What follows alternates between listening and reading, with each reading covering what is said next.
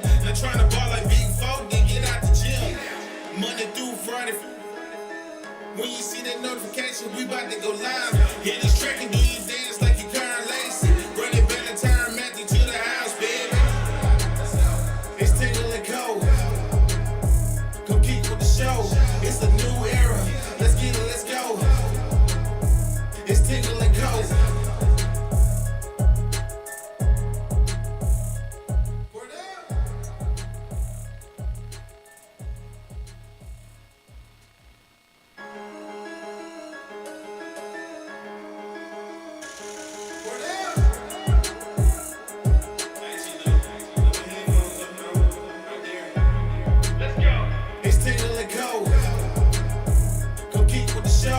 It's a new era. Let's get it, let's go. It's Tingle and Co.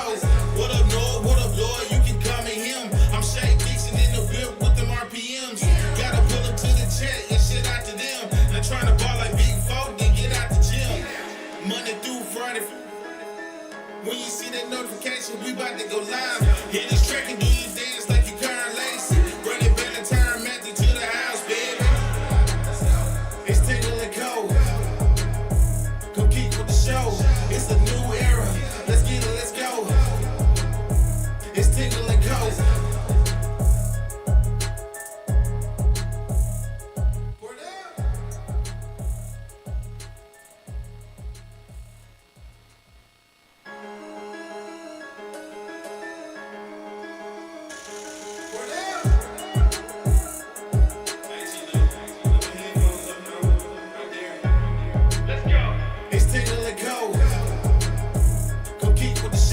It's a new era. Let's get it, let's go. It's Tingle and Co. What up, Lloyd? What up, Lloyd? You can call me him. I'm Shay Dixon in the whip with them RPMs.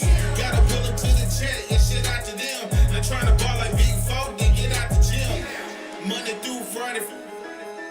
When you see that notification, we about to go live. Hit this track and do you dance like you Karen Lacey. Run it back to time, Matthew to the house, baby. It's Tingle and Co. Show. It's a new era. Let's get it, let's go. It's Tingle and Co.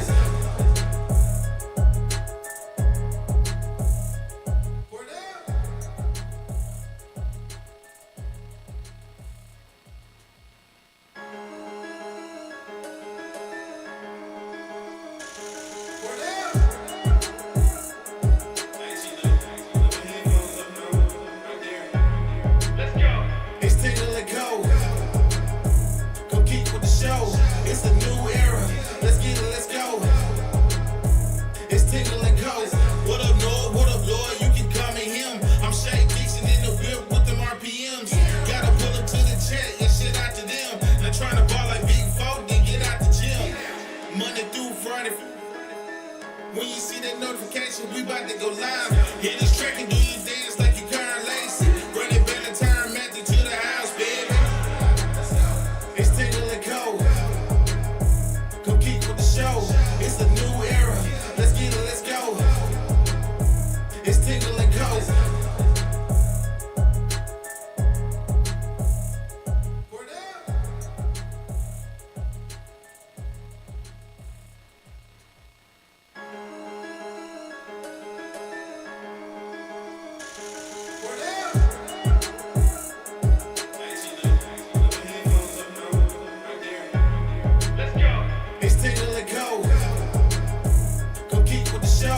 It's a new era. Let's get it, let's go. It's Tingle and Co. What up, Lloyd? What up, Lloyd? You can call me him. I'm Shay Dixon in the whip with them RPMs. Gotta pull up to the chat and shit out to them. Not trying to ball like Big Four, then get out the gym. Monday through Friday. When you see that notification, we about to go live. Hit this track and do you dance like you Karen Lacey. Run it back to time, Matthew to the house, baby. It's Tingle and Co. Show. It's a new era. Let's get it, let's go. It's Tingle and Co.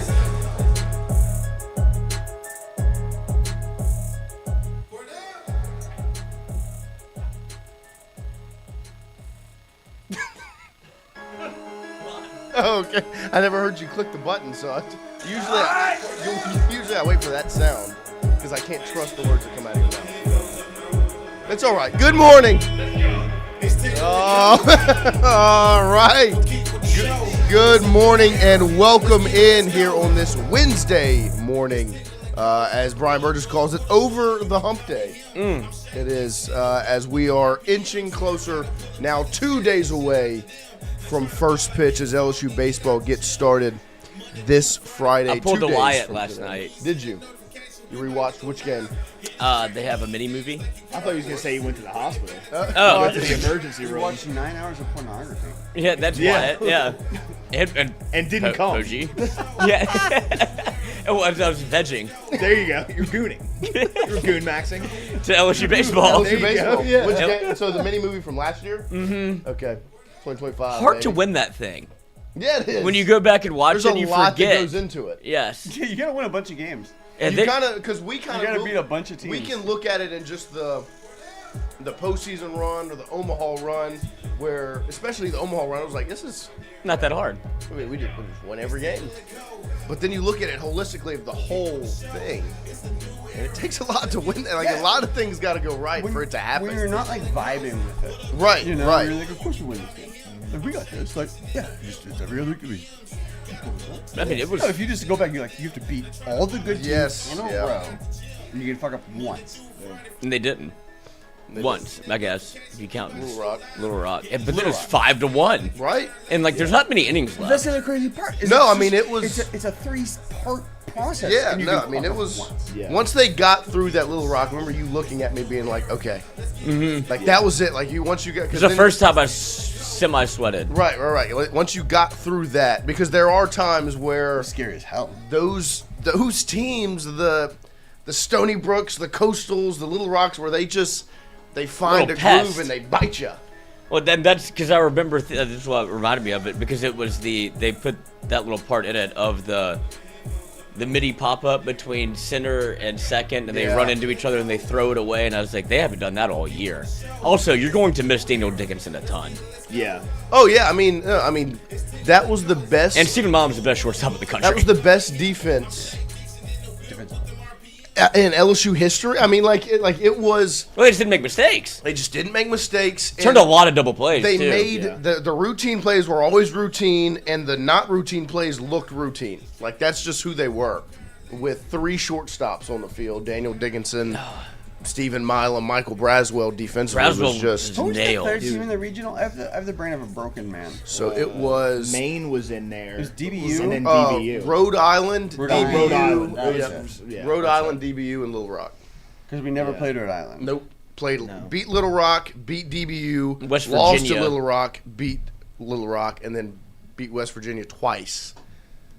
Even that game, you got to, because Kate Anderson threw in that game, and it was like 10-2, Yeah. and then it became like 10-6. Like, God, they can kind of score a bunch of runs. Yeah, no, 'Cause while I was watching it, I was like, you could probably pull Cade right now in like the 5th, and then back-to-back homers, and I was like, oh, forgot. All of these were kind of close. When you go back and you live them, you were like, okay, do what? We were all at golf suites. We were golf suiting for that. Yeah, we golf suited for All of the those. whole thing. Yeah. Those 4 for sure.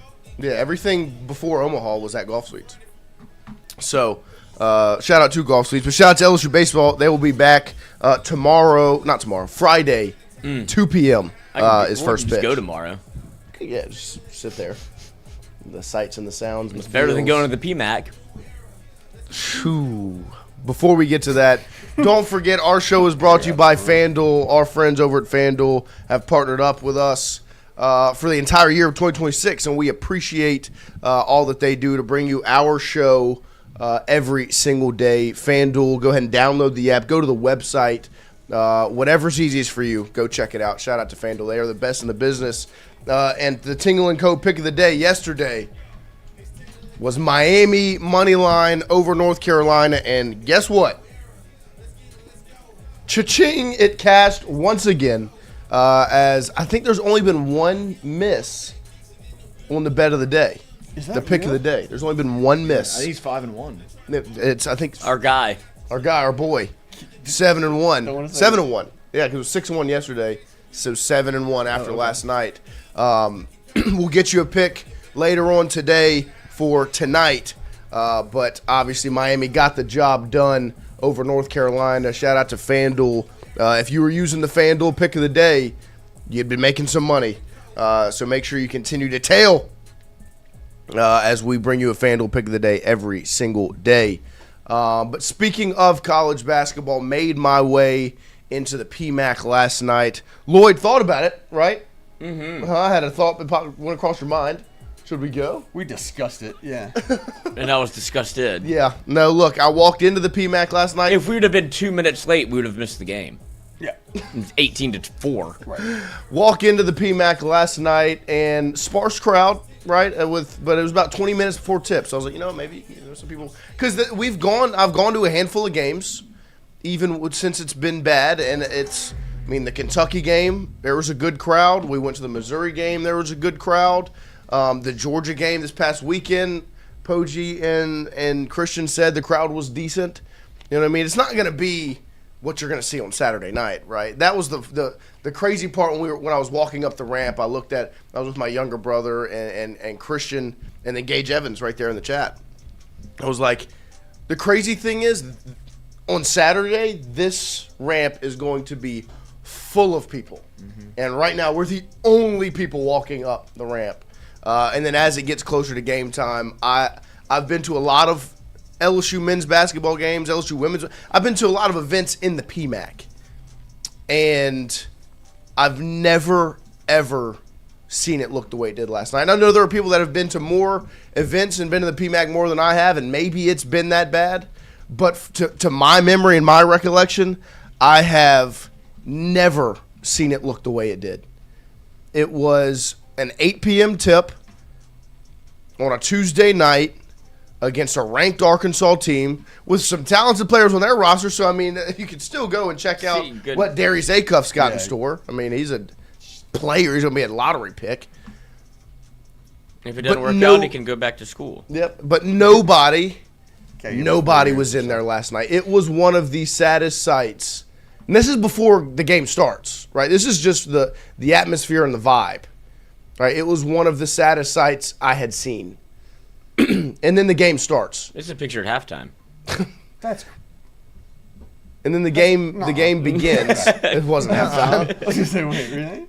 Then the game begins, and it just gets sadder, right? There were a couple of times where, maybe there were some highlight plays. Mike Nwoko takes a 1-2 and posterizes somebody, which got a little bit of a crowd pop from who was there. But ultimately, even when LSU would go down and score and put good possessions together, they could not get a stop. I feel like at the start of the game, every time LSU scored, Arkansas went down and scored. Acuff had 16 or so at halftime. And it was the easiest, quietest 16 ever because he just beat somebody off the dribble, laid it up, and gets down on the other end. Or tossed it up and another guy dunked it. Right.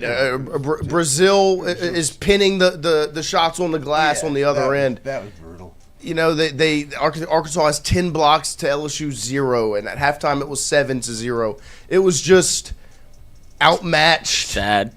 And ultimately it was sad. There was a scene at halftime. Was it at halftime when the kid didn't shoot the shot at halftime? I think it was later on in the second half. But the loudest that place got was the Nwoko dunk at the beginning. Because, as bad as the game was at that point, that's still awesome. Like when you see a big guy take 2 steps and then yam it on somebody, it'll still get you out your seat. Then the hot dog drop was the second that was the loudest, right? It overtook that dunk was when the hot dogs were falling from the sky. The place was up, and everybody wanted from. If I'm here, I'm going to get something. Hot dog, and then whenever the kid at halftime in a Nas Reed Timberwolves jersey hits a layup, a free throw, and takes 4 or 5 half-court shots and drills one of them, and gets $200 from whoever it was, walk-ons. Also, and that was the loudest crowd pop of the game, and most expensive player on the roster. It was just so upsetting to see. And ultimately, in the second half, there was a segment where I think P.J. Carter drives, misses a layup. Nwoko offensive rebound, misses. Carter offense rebound, he misses. Nwoko gets it back, he misses. Carter gets it again, he misses. Nwoko gets it, gets ripped out of his hands. And that segment of basketball turns into boos from the crowd, right? When they miss all those. It's like a Marx Brothers. Right, when they miss those around the rim. And it turns into the crowd booing the home team, right? Booing the result that's happening, the product that's on the court. And when that happened, it ends up turning into a Rashad King steal to a Sutton dunk. But then that happens again later. There were a couple of other things. And the worst part was the highlights of the night had nothing to do with LSU basketball. You're looking at one of them on the screen right now. That was one of the things that got people out of their seat was the king cake, baby. Well, to run away from it, right? I mean, that's how I would feel about it. Flee it. Because it is the most jarring sight ever. It's never not scary. The thing about the person that puts this on probably sleeps in it. Not just sleeps. Mm-hmm. Because you have to be has hamburgers, you know what I mean? Yeah. Heats up a hamburger in it. He does kind of look like him. You think the diaper works? You think he's tested it out? Maybe. I think it definitely works. Yeah. Those are his real legs. And he's got no bottoms on. That was these are the highlights of the night. I hate that thing. That is what the program and the environment and the atmosphere that is LSU men's basketball has turned into. And it was sad. I mean, truly and like genuinely being there last night, witnessing it, seeing it, being a part of it, it was sad. They got ratioed on their own post. Like even when LSU has been bad before. Because let's not act like this is a top-tier program that has fallen from power. That's not what LSU basketball has ever been.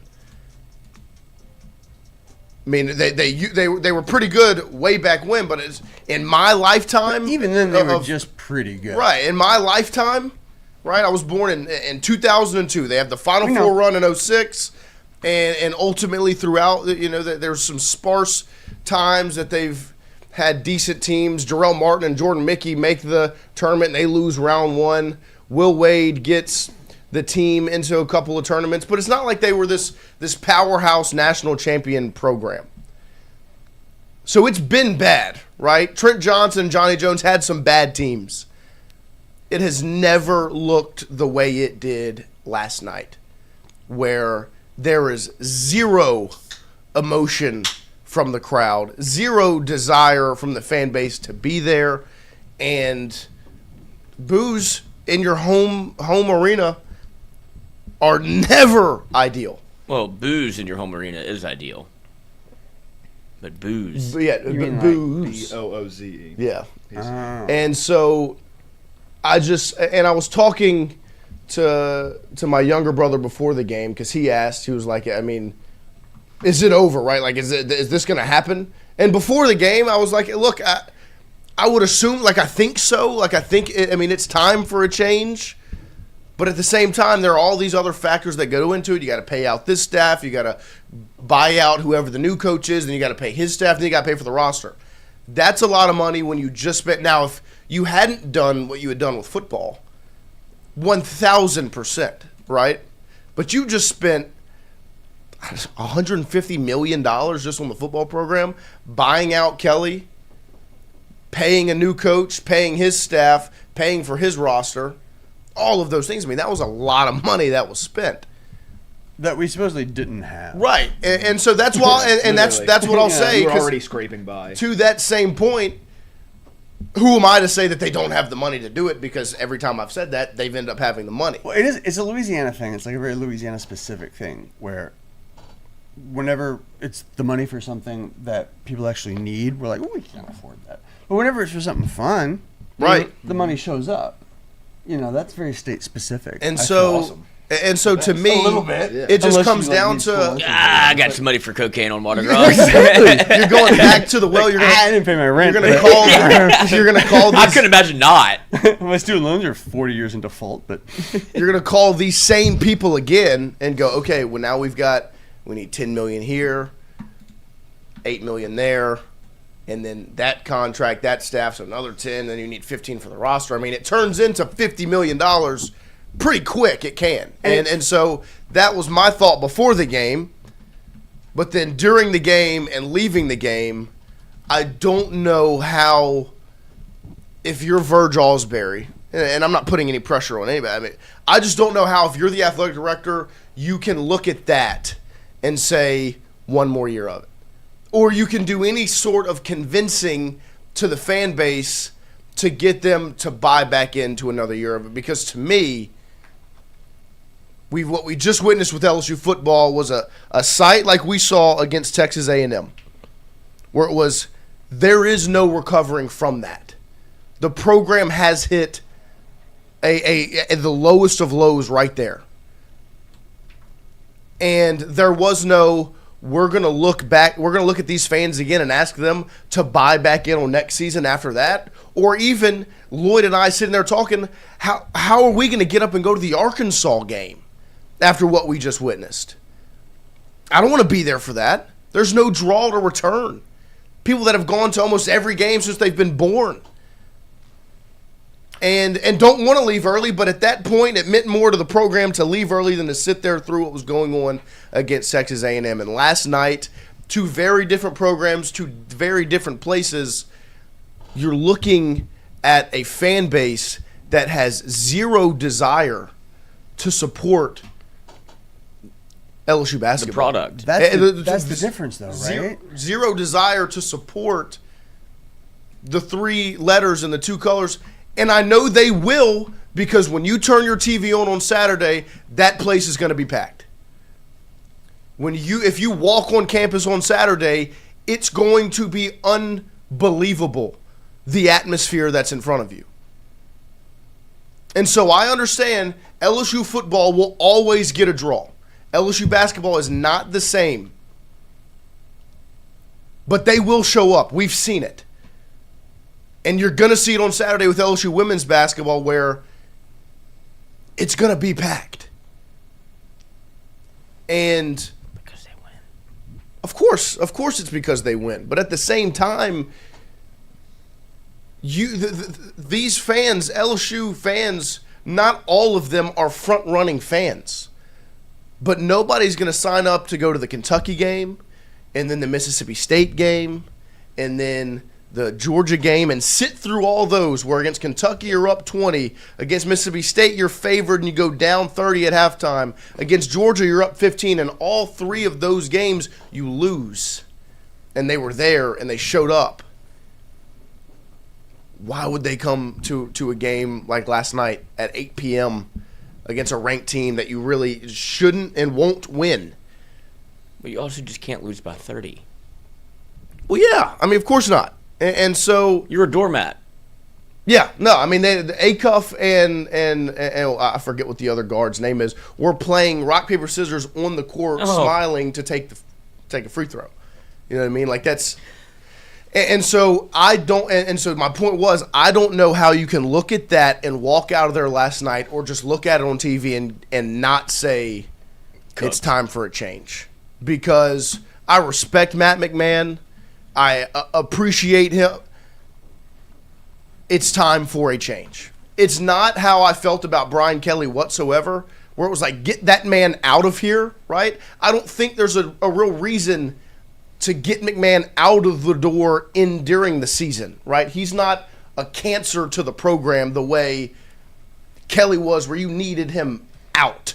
It's not personal. Also, football's not the lifeblood of the entire athletic department. Right. Basketball. Basketball, I mean, yeah. Yeah. And Like so, but I don't know how you can't look at it and go, it is time for a change. And I'm not saying that that's going to solve the answer, that's going to solve everything, and you're going to be back to being a competitive program next season. But if it stays at the current state, I can tell you that you won't, because it's been 4 years. 4 years. This is year 4. And you haven't been.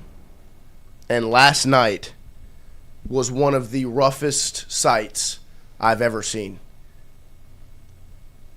And I literally went into that game saying, look, I mean, with the money and if he can get DJ Thomas to return and use some of those things to his advantage, they could do this, just run it back next year and maybe make the change after that. There's no way you can look at the fan base and the season ticket holders and all those people in the face and get them to buy in for another year of that after what was witnessed last night.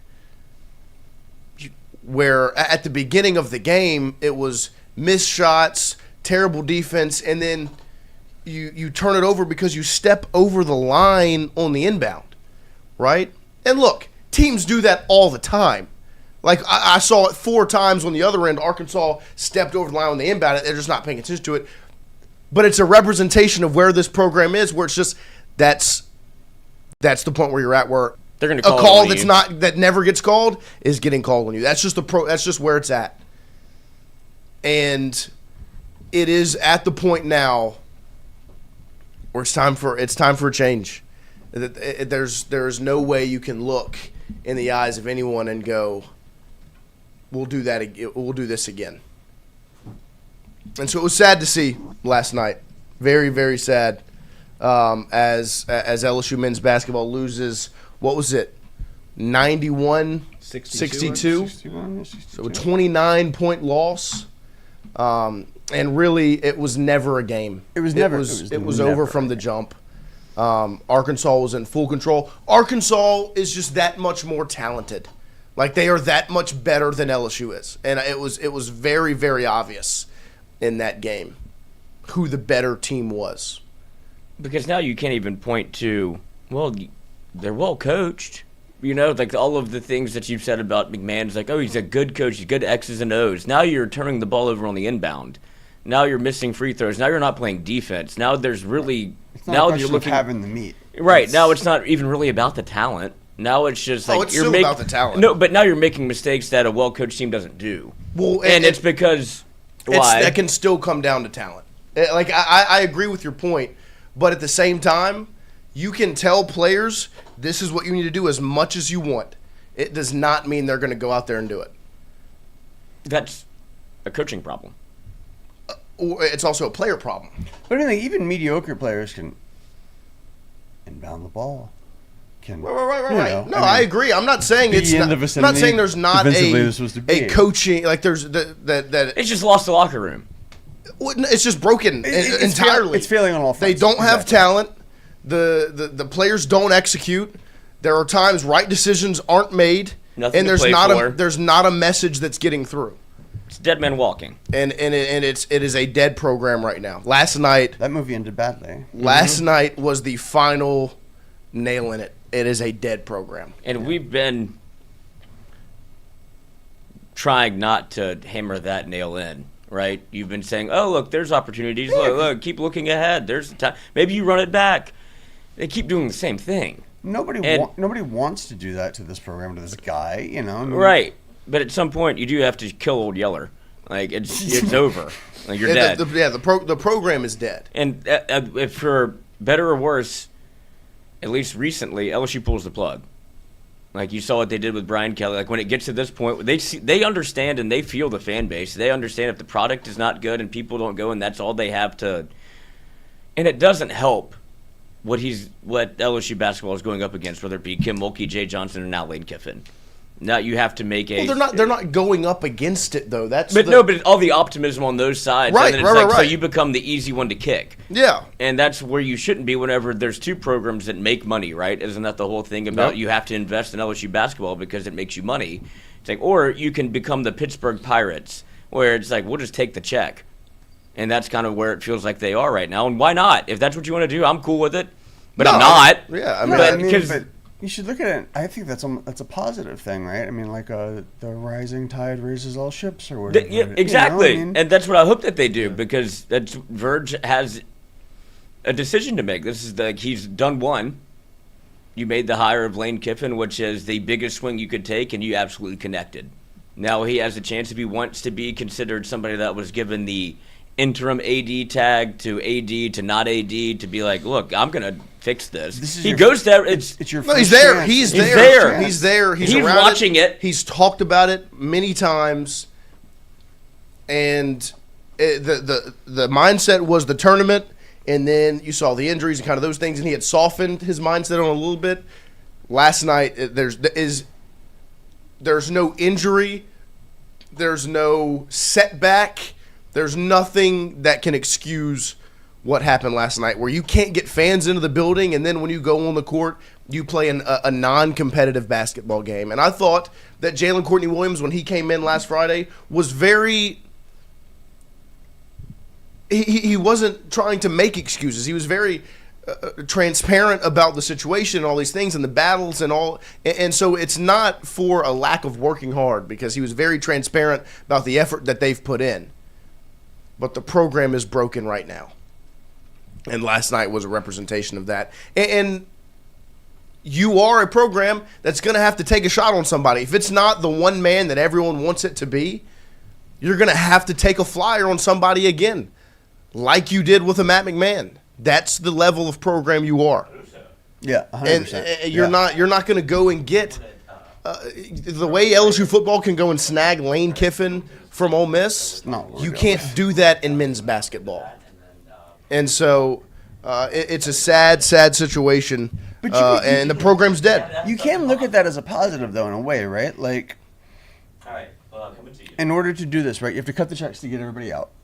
You know, you're going to have to buy a roster, you have to do all that stuff. But, I mean, you're not going to have to go right one of the 10 biggest. No, it's not going to be a massive buyout check for whoever you go get. Right, whoever you're bringing in, you have the. But you need to get them. No. Yeah. But you need to get the draw to get them the job. Yeah. And that was why Matt McMahon's contract was where it was at, was because you had to get him here. So we're going to continue the LSU athletics conversation this morning with the best in the business. Jacques Doucet from WAFB will join us as he sat down with Jada Richard recently. So some LSU women's basketball. They've got a big matchup ahead, as well as the head man for the best program on campus with LSU baseball. JD, good morning. Thank you for joining us.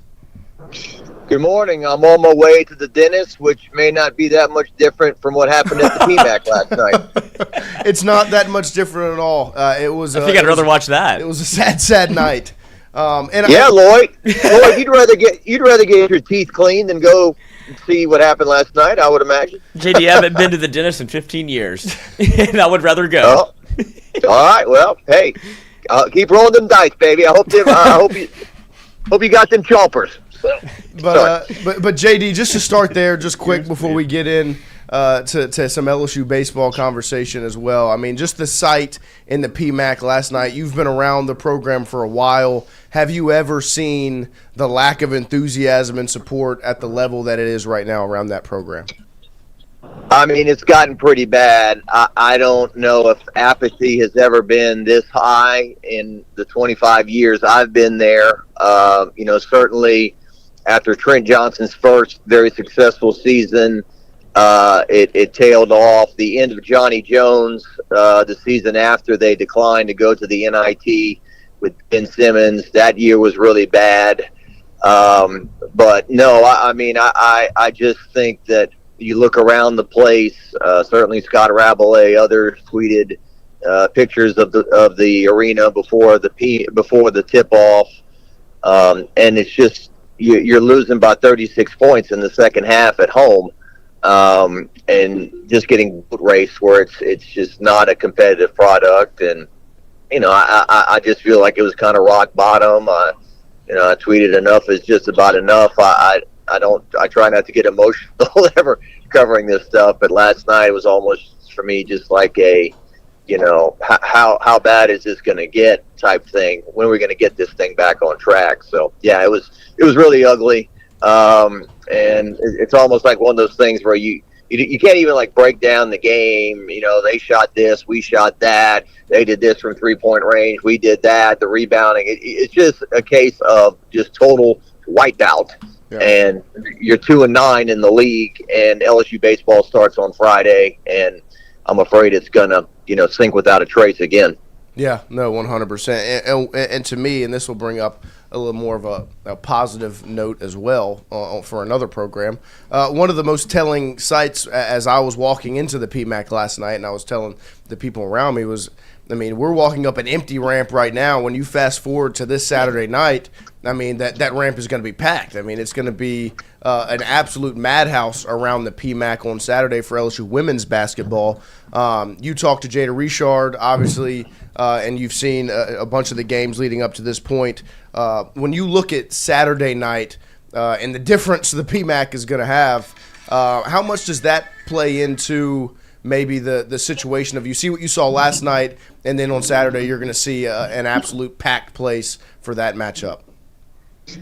Well, it's the complete opposite of the early 90s when LSU and the PMAC used to drop a curtain and cover half of the arena and tell people to go all sit on one side to make it look like there were people there for the women's basketball games.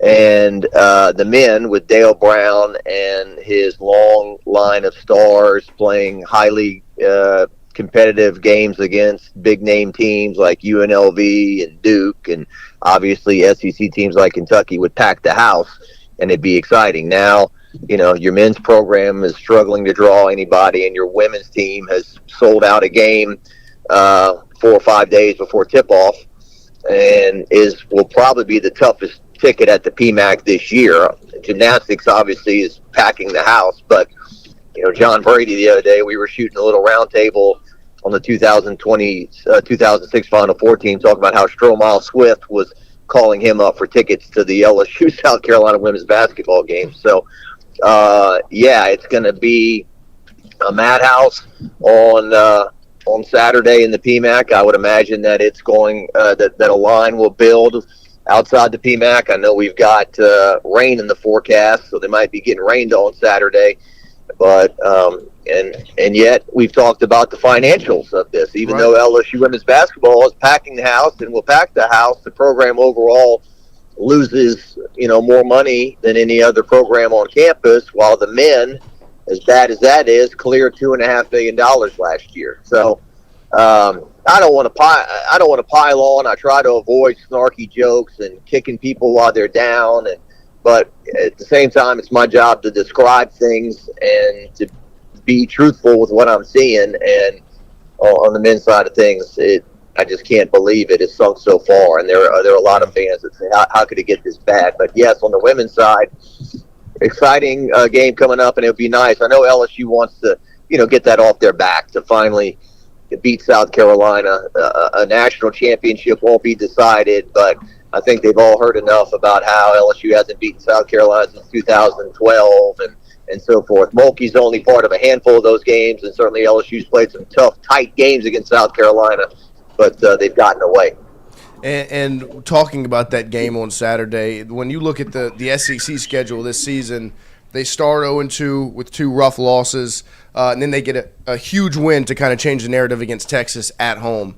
Well, now it seems like it's shaken a little bit again as they lose to Texas at Texas in an ugly loss, really, in that second half. And they have an opportunity on Saturday to kind of right the ship and get the momentum back and show the country what they can do. What do you expect to see Saturday night from Kim Mulkey's squad?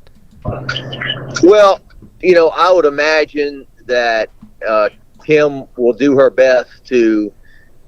She's not going to have to fire them up. I think her responsibility or her message will probably try to be to calm them down and to, you know, deep breaths here. Let's not go out there and try to do things outside of our comfort zone. I think obviously Malaysia Fulwiley will be a big talking point. She played 2 years at South Carolina. To my memory, she's like the only player that has done this, jumped from South Carolina to come play for LSU, to leave Dawn Staley to play for Kim Mulkey. That's quite a statement. And so, you know, she's been obviously electric at times. Other times has turned the ball over and missed layups, you know, so playing within herself. I know, you know, Jada has had a tremendous season. Obviously, she did not play well the other night at Texas. And so I know she's looking forward to this big stage and being the quarterback of the team. You need Michaela Williams and Flau'jae Johnson to hit some outside shots. I think the LSU inside game, although Kate Cavall has grown to be a little more confident in there, and Amaya Joyner is pretty decent on the inside. I think that they still need to kind of evolve and emerge a little bit more than what they have. So, I would imagine, I've seen it before. I think it was 2 years ago that South Carolina came in and LSU just came in on an emotional heater and the place was rocking and they jumped out to a big lead and then lost their composure down the stretch. South Carolina made the plays and got out of town with the victory. So this is not obviously an invincible South Carolina team. They've lost a couple of games, albeit they lost to Texas and they lost at Oklahoma. Yep. I believe those are the 2 losses. So this is not like one of those teams that comes in 23-0, 24-0 like we've seen in years past, or when LSU went to Columbia, South Carolina on Super Bowl Sunday, the year the Tigers won the national title and just got smashed. So they're not undefeated. They're beatable, and LSU needs to ride that home crowd. The crowd needs to play a factor, but at the same time, just don't burn out too early and not be able to finish. And also this words weekend, to live by.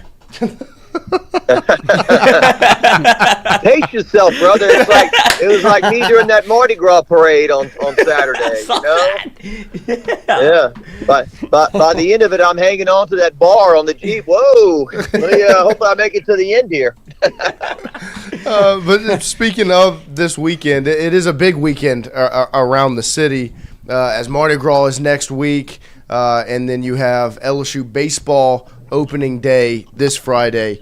You spoke to Jay Johnson the other day and kind of previewed this season. What were some of your key takeaways from your conversation with LSU baseball's head man?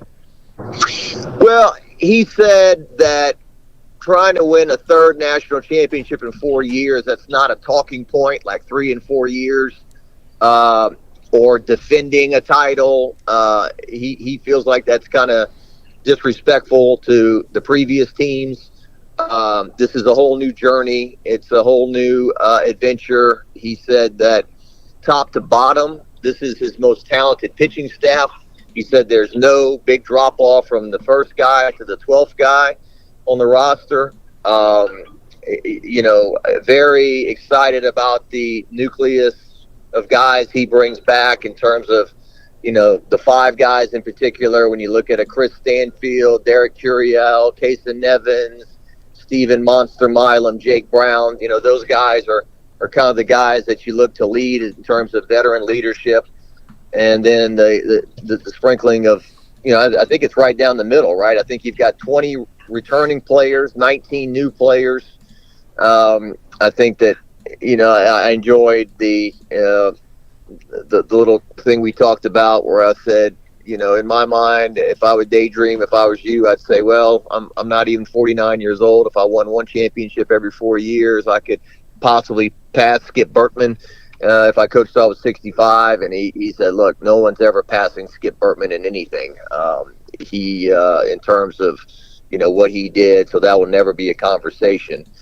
So, and I said, kind of like the guy who goes to the health club at the beginning of the year and wants to drop 50 pounds or whatever the case may be. Once you drop that first 20, you can see the results and you work even harder to keep it going. I asked him, when you win 2 like you did, is that like the ultimate natural drug to keep you going? Does it motivate you anymore? And he said, I can't be any more motivated than I've already been. I don't need anything else to draw me to the fight, is what he said. So I think that was interesting. I also asked him in terms of, he's not a screamer or a yeller. He doesn't berate people, but at the same time, this is LSU, high expectations, high standards. How do you deliver tough love? And, he talked about just honesty and being direct and, his teaching methods. And he said something that I think LSU fans would love to hear. He says, when I leave here, when we leave here and a long time from now, that's what he said, I hope that people look back and say that is how you run a college baseball program at every level to the best of its ability in terms of recruiting, developing players, success on the field. So it's no doubt he's a machine, and I don't think you could have created a better coach in the lab than what LSU's got. And, we just kind of take it for granted every year. And I mean, I'm going back to Paul Maneri to the present. Basically, every year you say, well, LSU's 1 or 2 in the polls, and they're 1 and 2 in the polls when the polls come out on Monday, and that's where they've always been, and that's where they are again. And just real quick, just random, Paul Maneri did a great job. I mean, he had that thing at a high level for a long time. They were a national seed 7 years in a row. They had a team win 57 games that didn't have good luck in Omaha. They had a team that had won 54 games that had bad luck in Omaha. They won a national title. They made it to another national championship and had some. So he did a really good job for a very, very long time over there. Did it kind of peter out at the end? Yes. Does he wish he would have had 1 more title, 2 more titles? Yes. Does the fans wish the same? Yes.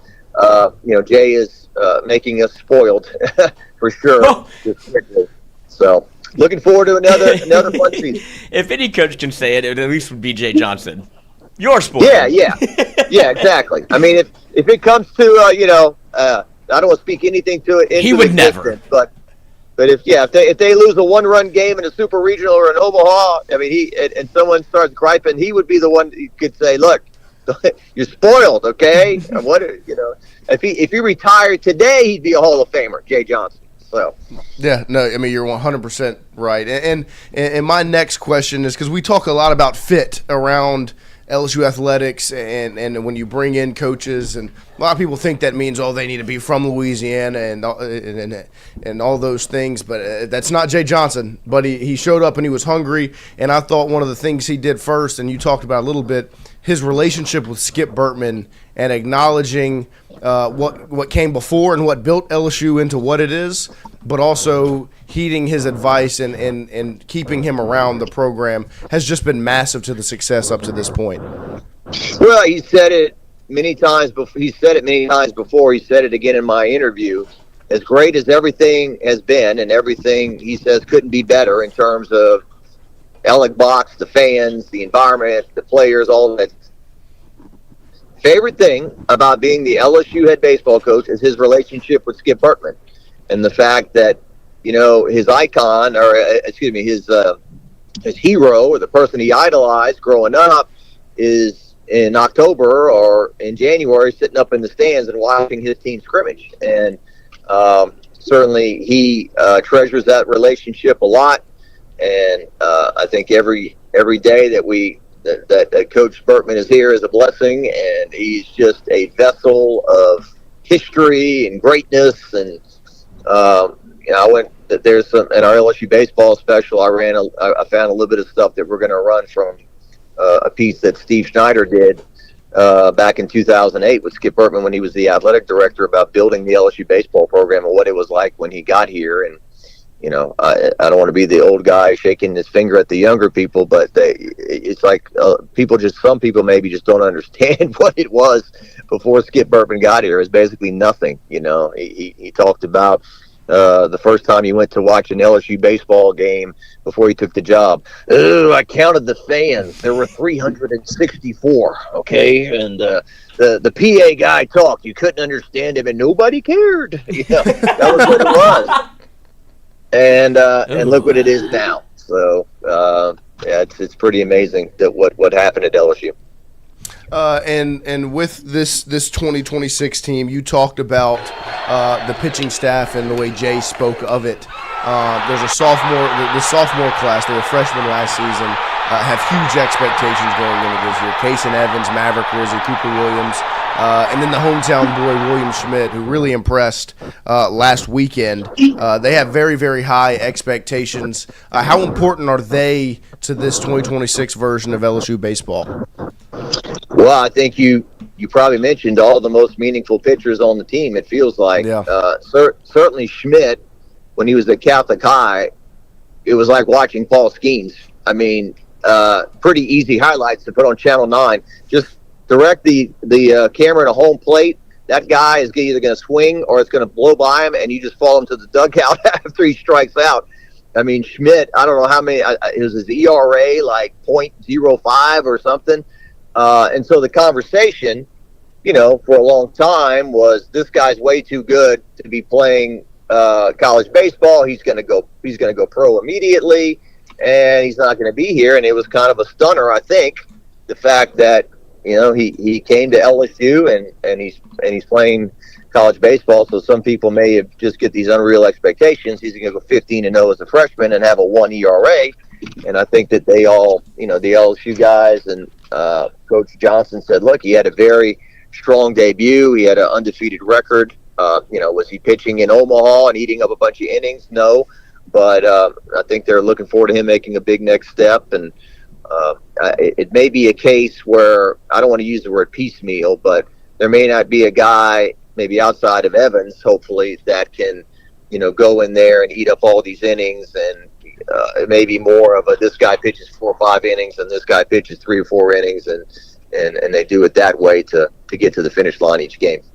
And when you look ahead to this weekend, all that's going on around campus and around LSU and really just around the city and the state, I have a feeling you're going to be pretty busy, huh? Yeah, no doubt about it. Be sure to tune in Thursday at 6:30 on WAFB and live streaming on Roku for our LSU baseball special, Quest for Another Dynasty. And then we're going to have our WAP High School Football Player of the Year by the end of February. I believe it's February 28th. And then we're also doing, I think it's going to be March 17th and 18th. It's going to be a 2-parter from what I'm told. The 20-year anniversary of LSU's Final Four team in 2006 on the LSU men's side of things. Sat down with John Brady, the head coach. Greats like Tasman Mitchell, Daryl Mitchell, Tyrus Thomas. We all talked about the team and the memories. I think we're going to add some more interviews to that, and so that's coming up as well. John Eads and Kevin Baptiste doing a great job helping me cover everything, and even our new intern doing a great job. Jonathan Salazar has been helping out, doing a great job on the high school beat as well. So we got plenty coming up. Like you said, I guess the Spanish Town Parade is Saturday. Yep. LSU playing the big home game against South Carolina. Opening day for LSU baseball. LSU softball off to a strong start. They're playing a lot of ranked opponents in Clearwater, Florida. So, gymnastics has a home meet, right, on Friday. So, campus will be hopping all week. That's for sure. Just let Salazar know he's got big shoes to fill with one Ronald Riggs being the former intern. Yes, indeed. Ron, and they say about they speak about as much. Jonathan just gets his job done. He doesn't say a whole lot, doesn't talk a whole lot, but just comes. But in when he does listen. Oh, absolutely. Yeah. I mean, Jonathan's doing a great job. A lot of times the interns, you got to teach them a lot how to shoot and how to do this and that. He stepped right in and doing a great job, and so we're happy to have him. He's no Andre Champagne, of course. I'm kind of kidding. From Opelousas there. Andre Champagne and Jada Richard, Opelousas legends. There you go. So yeah, there you go. Good to be with you guys today. Look forward to a big weekend. Yep, we appreciate you, JD, always. We'll talk to you again soon. What are you getting done at the dentist? Take care. Thank you. You got it. Wait, I didn't hear you. What are you getting done at the dentist? Is this a root canal situation or just a good old cleaning? Just a little cleaning, buddy. Keep that smile nothing right. Serious. Just gotta polish some things up. That's it. So. There you go. We appreciate you, JD. Tell the dentist we say hello. Thank you, sir. All right. $1 million. There he is, Jacques Doucet. You got to make sure that smile's straight. That's right. You're on the camera as much as he is. 15 years? Has it actually been 15? Since I was 18. You haven't gone once since you turned 18? Mm-mm. That's impressive. Since I was in high it's school. great because you have good teeth. Thank you. Yeah, He does. It's not like he has these disgusting teeth. Be like, well, yeah, I can tell.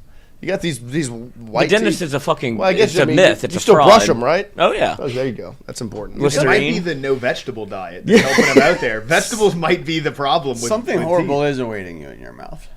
Oh Wait. already went. Oh, I went bye-bye to the Catholic Church a long time ago. Hey, I interpret hate that however me you fucking want. We appreciate all of you hanging out with us here this morning. We're going to take a quick break here. Shout out to JD. We'll take a break. We'll come right back with more Tingle & Co. right after this.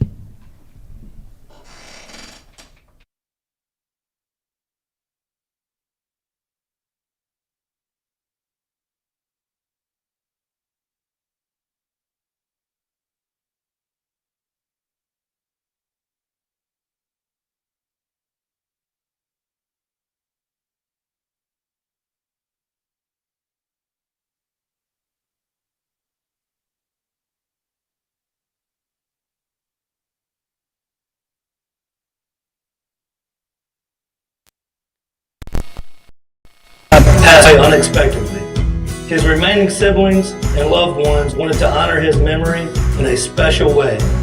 In 2022, Ward's family decided to combine the need for a sandwich shop in downtown Natchez with a desire to pay tribute to Ward's love of good friends, good times, and great food. Through blood, sweat, tears, and countless hours of hard work, Wardo's was born.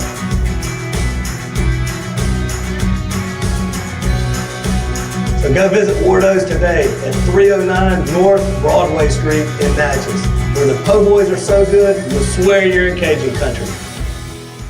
Hey, Miss Lou, come visit us, Tom and Wright Granning at Go Martin on the Go Deli.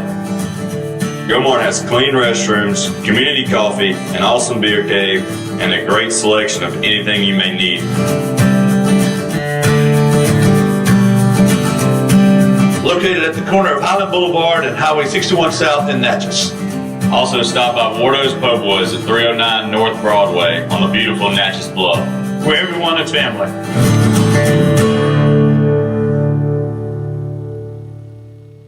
When it comes to your home, the roof over your head matters.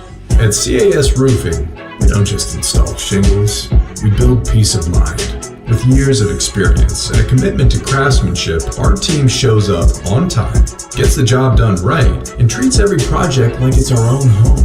Whether it's a repair, a replacement, or storm damage that caught you off guard, CAS Roofing is ready.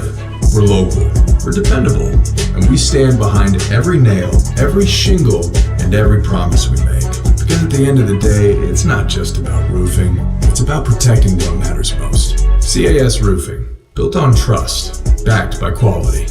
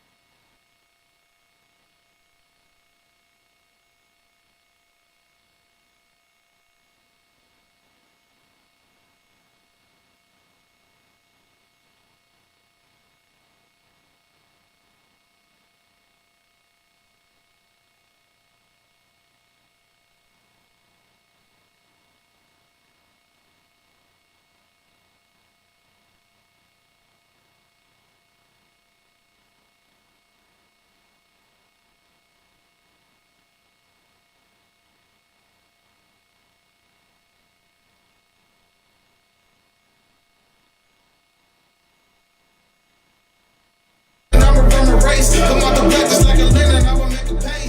Man, I always been a winner, I know what it takes. Wake up every morning, number one, so what you trying to chase?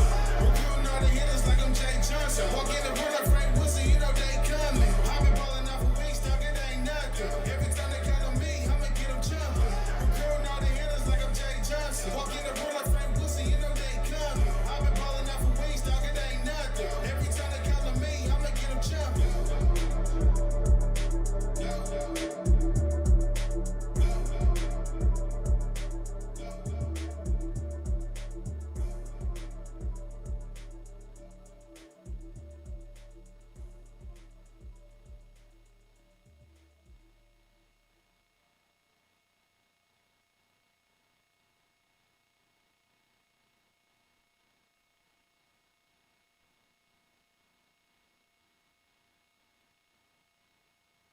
In studio this morning. Bro, good morning. Bangers. Good morning. I like that, baby. Who you say made that? I need me one of them. Cordell, man.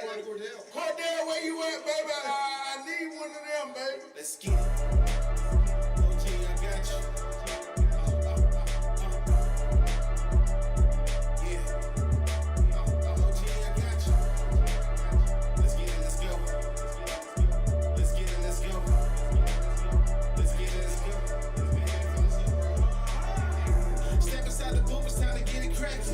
Tag me in the comments, they said please get active. Jump in the game like I was saying, like I don't need to practice. Leave them all on 12 Island if they want that action. I know that I'm a dog, nothing you can tell me. Got me tripping out just like a carousel. Put down, enter in the chat, I'ma make them feel me. Now it's time to kick them out just like they Brian Kelly. Yeah, from an era that's tough. Harder talking in the ring, shit isn't enough. Game a lot like DBU, but I'm keeping it shut. I'm like Gary Curio when it's time to be clutch. Yeah, I'm up in the scope. Feeling rushing for the odds, not keeping it close. I go hard in the paint like Shaq in the post. Boots on the ground, they gon' step when I tell them to go.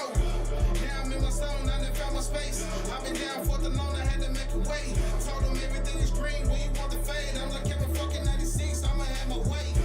It's a marathon, I'ma run a race. Come out the black just like a linen, I will make a pay. Man, I always been a winner, I know what it takes. Wake up every morning, number one, so what you tryna chase? Recruiting all the hitters like I'm Jay Johnson. Walk in the run up Frank Wilson, you know they coming. I been ballin' off a wing stock, it ain't nothing. Every time they count on me, I'ma get them jumping. Recruiting all the hitters like I'm Jay Johnson. Walk in the run up Frank Wilson, you know they coming. I been ballin' off a wing stock, it ain't nothing. Every time they count on me, I'ma get them jumping.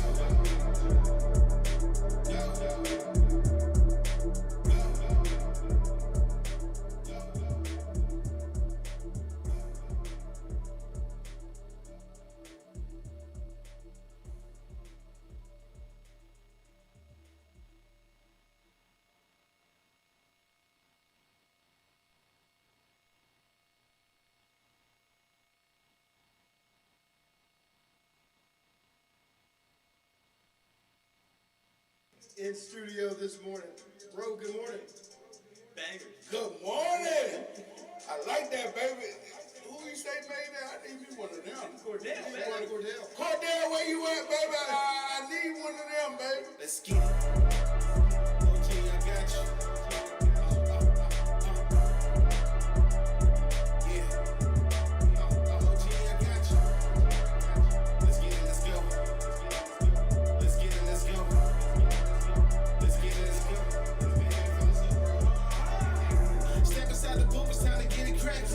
Tag me in the comments, they said please get active. Jump in the game like I was saying, like I don't need to practice. Leave them all on 12 Island if they want that action. I know that I'm a dog, nothing you can tell me. Got me tripping out just like a carousel. Put down, enter in the chat, I'ma make them feel me. Now it's time to kick them out just like they Brian Kelly. Yeah, from an era that's tough. Harder talking in the ring, shit isn't enough. Game a lot like DBU, but I'm keeping it shut. I'm like Gary Curio when it's time to be clutch. Yeah, I'm up in the scope. Feeling rushing for the odds, not keeping it close. I go hard in the paint like Shaq in the post. Boots on the ground, they gon' step when I tell them to go. Now I'm in my zone, I done found my space. I've been down for the loan, I had to make a way. Told them everything is green when you want the fade. I'm like every fucking 96, I'ma have my way. It's a marathon, I'ma run a race. Come out the black just like a linen, I will make a pay. Man, I always been a winner, I know what it takes. Wake up every morning, number one, so what you tryna chase? Recruiting all the hitters like I'm Jay Johnson. Walk in the run up Frank Wilson, you know they coming. I been ballin' off a wing stock, it ain't nothing. Every time they count on me, I'ma get them jumping. Recruiting all the hitters like I'm Jay Johnson. Walk in the run up Frank Wilson, you know they coming. I been ballin' off a wing stock, it ain't nothing. Every time they count on me, I'ma get them jumping.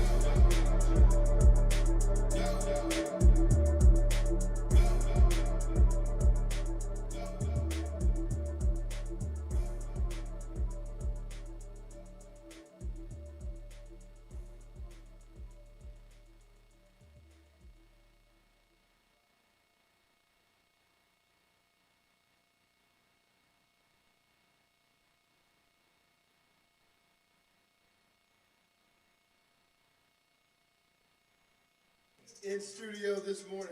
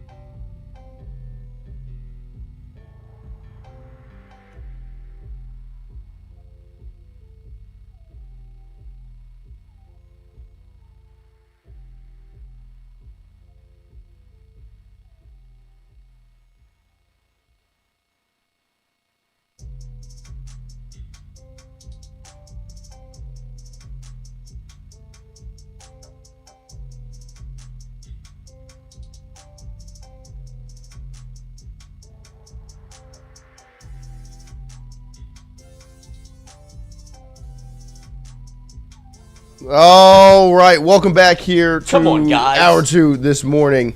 As we talked a little bit more during the break about LSU men's basketball last night, as it was a rough sight in the PMAC. Funerals are never fun. No. I mean, like I said, it was a dead program, and the worst part is as you were watching it, and you know what it's going to look like on Saturday. Like, that was the sad part, as you know. I mean, it's empty tonight, but in 4 days, it's going to be It's not the arena. a madhouse. It's not the arena. It's not the fan base. It's the product. It's the product. And once again, it was rough again last night, and it was real sad to see, especially with all the excitement that's around LSU athletics right now. Need John Taffer. But Lloyd, you showed a little video in the break there.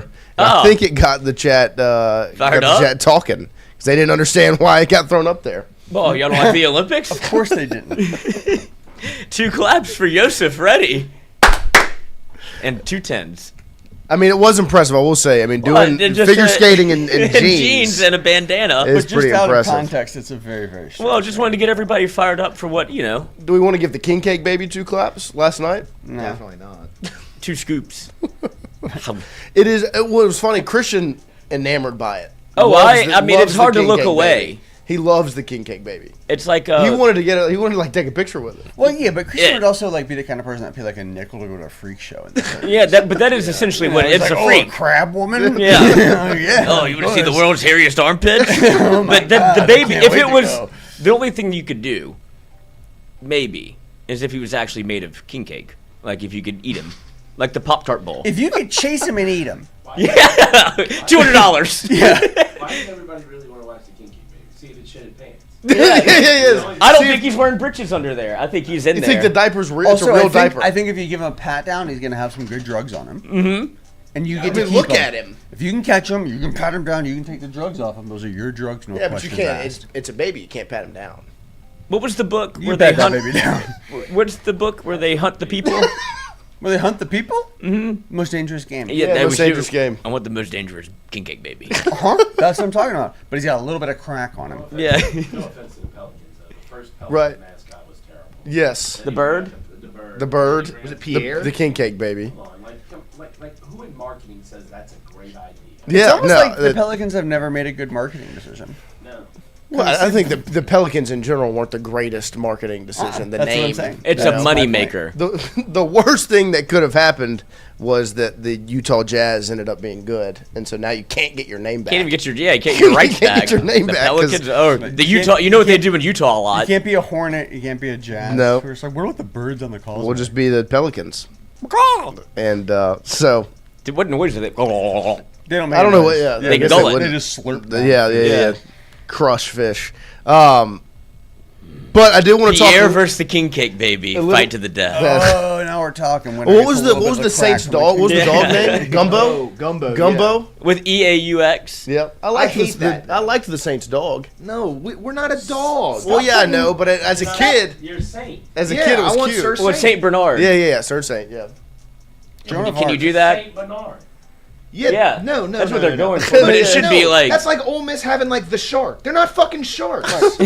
I know what you are. I know what you are. Your Yeah. mascot should be your mascot. Right. They're a black Well, they bear. can't really You bought do. into it. I'm Well, sorry. that's on them. It's Robert Lee. You should can't The Saints have to change their name. It's a traitor to No, the nation. I'm That's cool your with Sir mascot. Saint. He's Sir Saint. Right, That's right, fine. right, He's a right. saint. But Gumbo, also- you're Is that the guy no. with the big jaw? There are Yeah. And the helmet. That's stupid. It is kind of stupid, There are but a billion weird saints you could also choose from. Choose a weird saint, an actual saint. People could get Well, they donate enough Are to you the talking church. like religious? Yeah. Yeah, I You want, like, agree. Mother They should. Teresa? No, Yeah. like a weird one. What do you mean? You know how many weird saints there are?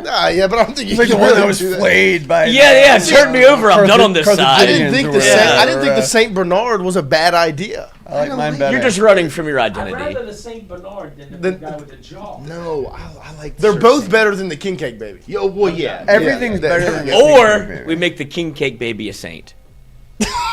Oh, but that means he has to be martyred. So we'd have to kill him. That's it, since We'd we're have to just coming stone from him as a people. Okay.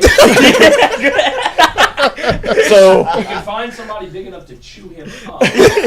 I'm just saying, we could use some old. And it's Tactics? It's scary. It's terrifying. It's frightening. It's got, like, It's one frightening. tooth. Yeah. One tooth. and You he's know, got it the is. big- It It was. looks like somebody from like a crack pack. Yeah, it was the Nobody wouldn't want to the stone him to death. craziest idea of if- a mascot ever. If like How did they get Let's be there? honest, who at LSU thought that was a good idea? to bring him out? That's what's worse. I can kind of understand it 'Cause they're because they were the baby desperate. cakes. I get it. It makes sense. But for him to come to LSU, why is he here? it's That Mardi they're Gras. just doesn't like- make any sense. I don't know. It's like they're supposed to make like a Philly fanatic. Mardi Gras, and they Maybe wanted- we'll- maybe we'll like it. It's Yeah, Mardi but- Gras. People have to come to Parade. the game. We're not very They're good. desperate. Give away tickets. Right, Don't right. bring a kinky. Look at it. Look, yeah, that, But I guess like okay, I love it. That literally. Why went does he through- have the skin? like he's on acid. Or That He is went on through it. It a is. number. He just got back from a week in Tijuana. went through Like, a that's- he number looks of insane. executives. A number of executives all went. Yeah. Yeah, put the freak out there. That's the fucking thing. That's what we need. Put Can that I- little can I- sick everybody in fuck this room out has there. seen King Cakes, right? yes, Everybody has seen the baby. the baby and the King Cake never looks like that. Does it ever have a crown on? No. Nope. Does it have a bib? A Does it have a diaper? diaper. No. Does it have eyes that say One eye is bigger than its fucking mouth. "Family's Look at that. mine"? It is. Yeah, and it is. It's. Look at his hand. If you pulled that out of a king cake, I would not have king You cake. can't have that King Cake. you I'm yeah. gonna be honest with you. I'm originally from New Orleans. I wouldn't eat a king cake No. because of that. No. He's a big Oh, guy. well, Pelicans. Well, I Same guess here. for you. I'm so right this there is with the new Like thing so, king cake is for Lily Courtney's King Euphemism. Cake. We need to make Replicate that. this King Cake baby to put Oh, in the she King should Cake. make a king cake baby. Yeah. That'd be Some would great. say that would be me. Some, it is, Some would. Is that what you look like as a Oh, child? his hands are huge. I mean, it is a grown person in there. That's terrifying. And why is the Pelicans logo She on should there? put a little because it's a Pelicans mascot. put a No, it's little not. It was methamphetamine originally the baby on the cake. Right, but it's now been turned into a Pelicans. Stupid. So nobody because would the eat fan base loved it. No. Don't tell him. Can they retire that? They No, you've come too far. Retire is a nice word. Put it to death publicly. That's what I'm saying. That's what Well, I it's want. the reason they can't It should is be because hung of in a Pelicans square. fans like Christian It looks like that he love has- it. It looks like he has sores all And over. it no, does, that's what it he does. That's He concerning. does. He's ill. Yes. Right, they go to like Children's Hospital. Yeah, he terrifies the kids. But I mean, on top of that is like, okay, well, the alternative would be What? Your mascot's a baby. You're gonna make it like a cute baby, coo baby, like a little. like a cute baby. Like Well, you I'm gonna do a real baby. You would rather a fucking heathen, ugly-looking baby? We're gonna make it a baby that scares everyone that looks at it. Yeah. It's an adult baby. That looks like what Shrek was at birth. Shrek at birth. Yeah. You know where he's Just not from? green. Fresno, California. Shrek. Shrek? I don't think that's true. Look it up. I'm pretty sure Shrek's European. Hunter Hall said that's what Lloyd looks like now. Put a crown on him. I don't have that fat If of you a shave face. the mullet and the mustache, maybe. It's what Poggi looks like. It would be crazy to see you without a mullet and a It's mustache. Poggi. He's got more teeth than that. yeah. I mean, it's two teeth. Despite never His going to the upper lip dentist. doesn't exist. No upper by the lip. way. Correct. Double chin. No upper lip. What if we gave him a beard? His eyes aren't intoxicating blue. He looks like They the are a guy beautiful blue. That's true. Beautiful blue. Goonies, Lars. Yeah. He looks like his Yeah. child. Or him at birth. Hey, you guys. Who's that? From the Goonies? You ever seen the Goonies? Oh no. Oh, look him up. The dude from Goonies. It's literally him. It does. Yeah, it's a I wonder if baby. they chose it because everyone in the marketing department saw him in their dreams separately. Oh no. Yeah. Tell me that's not. That is. That's it. It's him. It's terrible.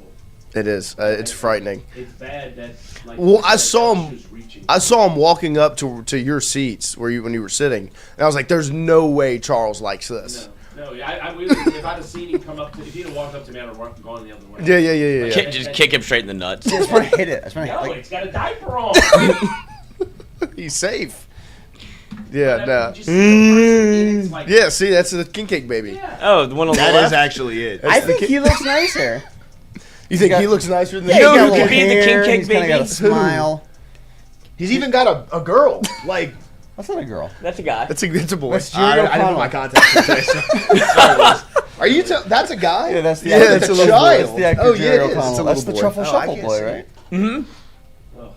I know me some trouble. Yes, in the chat, that thing deserves a horror movie. It really would be fun to. That was hunt it. that was the look on Brian Kelly's face when he was fired. I was gonna say that kind of looks like BK. No, I know we does. I know we're done with public executions as a country, but maybe we should.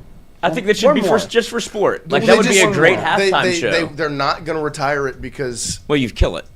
fans still enjoy it. Then it becomes a saint. Most I don't famous think saint. fans actually enjoy it though. I think They even do. like Christian, it's Fans fear so it. bad that it's funny Right, to right, be right, like, right, oh, right. I love the king cake I think baby. people like it to see who it's going to scare. Yeah. everyone. I've definitely shown it to people that are from out of town to be like, "Do you want to see the mascot or Right, basketball team?" right. And they're always Well, and like, I think what are you talking about? That's your. The funniest thing No. is LSU has one of the most aesthetically pleasing looking mascots with Yes. Mike. Like Mike is a good looking. Put him in I- there. he's Put him in jacked. there. I don't know. He's been jacked recently. I don't like that I kind either. of don't like that at all. You don't like that they're giving the actual tiger steroids? I think that's Yeah, he's cool. like fucking ripped. He's got Have you shoulders, noticed that? I'm in the animal. shoulders. I'm in the animal. That's not the Mike I grew up on. Yeah. No, Mike he's- is pudgy. Yeah. Okay, I don't like that at all. I noticed that at the museum. But it- Mascots aren't He supposed is to be the too age ripped. of I agree. Manjaro and Ozempic. Yeah. He looks fine. better That's now. not going to give I you that can- kind of muscle gain, though. I It can, isn't. Yeah, Ozempic doesn't give you muscle gain like that. That's true.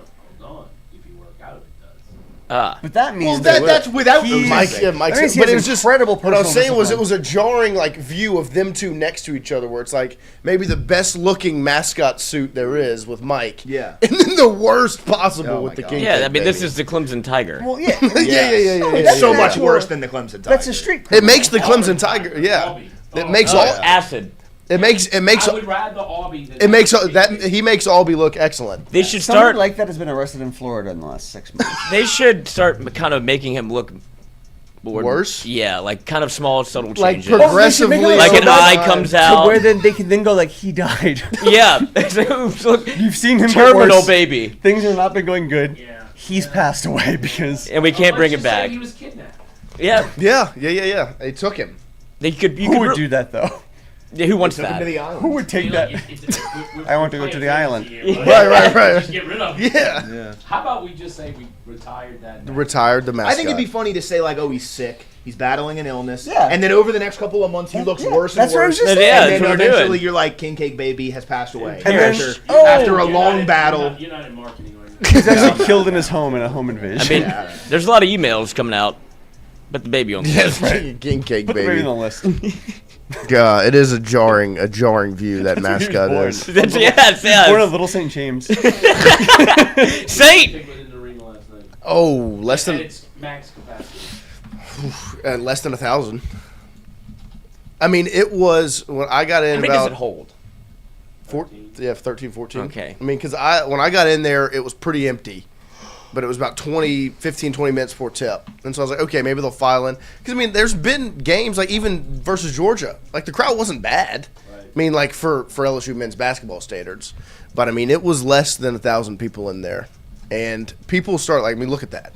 Yeah. And people started filing out, like, Why would they all not sit somewhere else? early in the game. People started to file out the doors. And I was like, and then with the scene where Carter misses a layup, Nwoko misses it, Carter misses it, Nwoko misses it, and then it gets stolen, and the crowd started booing. I was like, because when they get to the point where they boo the players, because they'll boo coaches. That's but when they boo the players, it's like that's hitting another level of like, I agree. I you know, don't agree with booing players. Right, I right. agree in booing coaches. yeah. But I mean, look, you can't.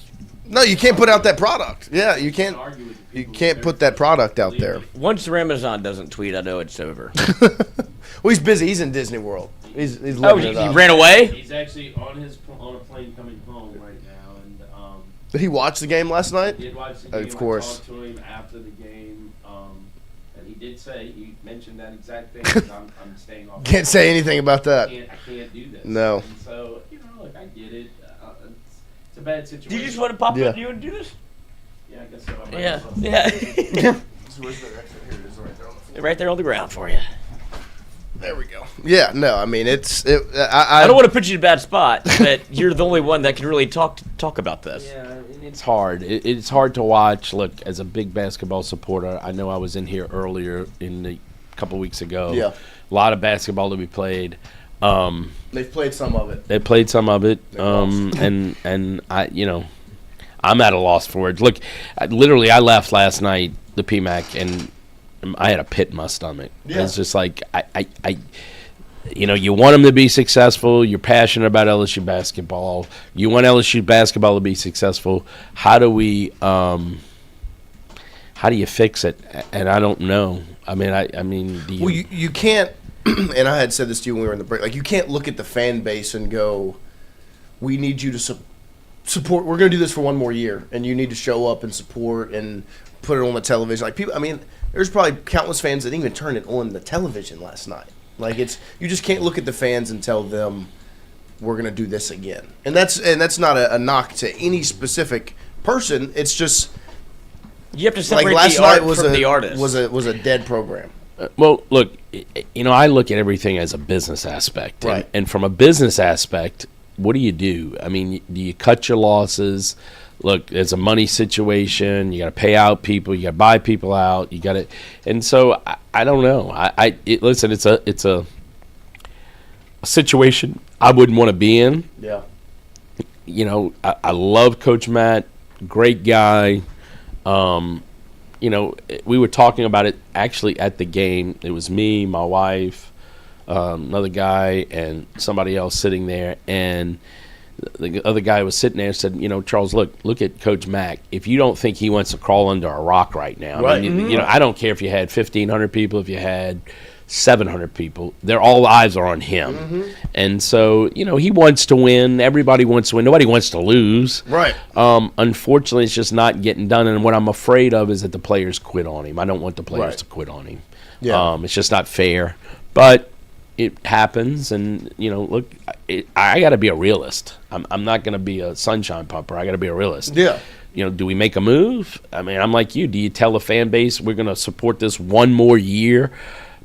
Does one more year get you there? And look, I got to look at it like Do I want to waste my 2 hours, or really 3 hours by the time you drive over there, you park, you get to the thing, 2 hours at the game? Do I want to waste my time looking at that product? You know, I mean, look, it's just it's just prioritizing things. And so, you know, I get people aren't going to come out. Winning is much more fun. Believe me, winning is much more fun. And you kind of need some kind of excitement in the building. Yeah. You know? And there is none. There's I mean, it was absolutely like, I mean, it's been, I mean, say to you as well. Like for me, I've gone to LSU basketball games for a long time, and it's not like it's this power program that's just not good now. Like there's been times it's been pretty bad before, and last night for me that I can remember is the worst that I've ever seen in that building. Probably the last time I've seen it that bad was Johnny Jones's last year. Yeah, and that was the last year. Last year, you know, and look, athletics. You look at, do I blame LSU? No, I don't blame LSU. You know, I don't blame LSU for the situation they're in. College athletics is destroyed. The NCAA and his House settlement has destroyed college athletics. And I mean, when you can't, and I'm not just talking about basketball. Everything is about dollars and cents. I heard Coach Kiffin talk one time since he's been here about this is not developing players anymore. This is just putting a roster together, free agency all the time. Yeah. The problem is NFL has NFL Players Association, they have collective bargaining. College athletics has nothing. You don't have the transfer portal. You know, people close the transfer portal, make sure, you know, you can only transfer once. And like, there's so many different ways. I think until you get somebody that has some foresight into, I hate to say this because I know people don't like it, but file a lawsuit against somebody and get this thing stopped. This is going to continue. And, you know, I think the way college athletics is going to go is you're going to see private equity pick it all up, and it's going to be over. Yeah, Lloyd and I were saying that six months ago. Like that's definitely the future. Yeah, they're going to get a hold of these programs specifically, and then it's going to go so far off the rails. Yeah. It's already it's already moving that way. It's already shaking off the rails. Right? Look, people are trying to hold it onto the tracks, and I'm going to use your analogy, and it's not. The second private equity has gotten involved with pretty much anything. Everything. Look, there's so much money. Listen, this is what happens when you have so much money involved in stuff. And look, who do you blame? I blame the NCAA because you held on to it too long. Yeah. You know, you should have done something different. You had time to find a reasonable solution to something. And you wanted to. It's greed. And look, that's what private equity is going to do. They see money. You know, they're sitting there. I feel like we're watching a Shark Tank where they're all circling and they're just waiting for all the colleges. Because look, it's not just LSU. Tennessee has problems. Georgia has problems. Look, Texas has problems. As much as Texas has money, Texas has problems. Everybody's got problems. Florida's got problems.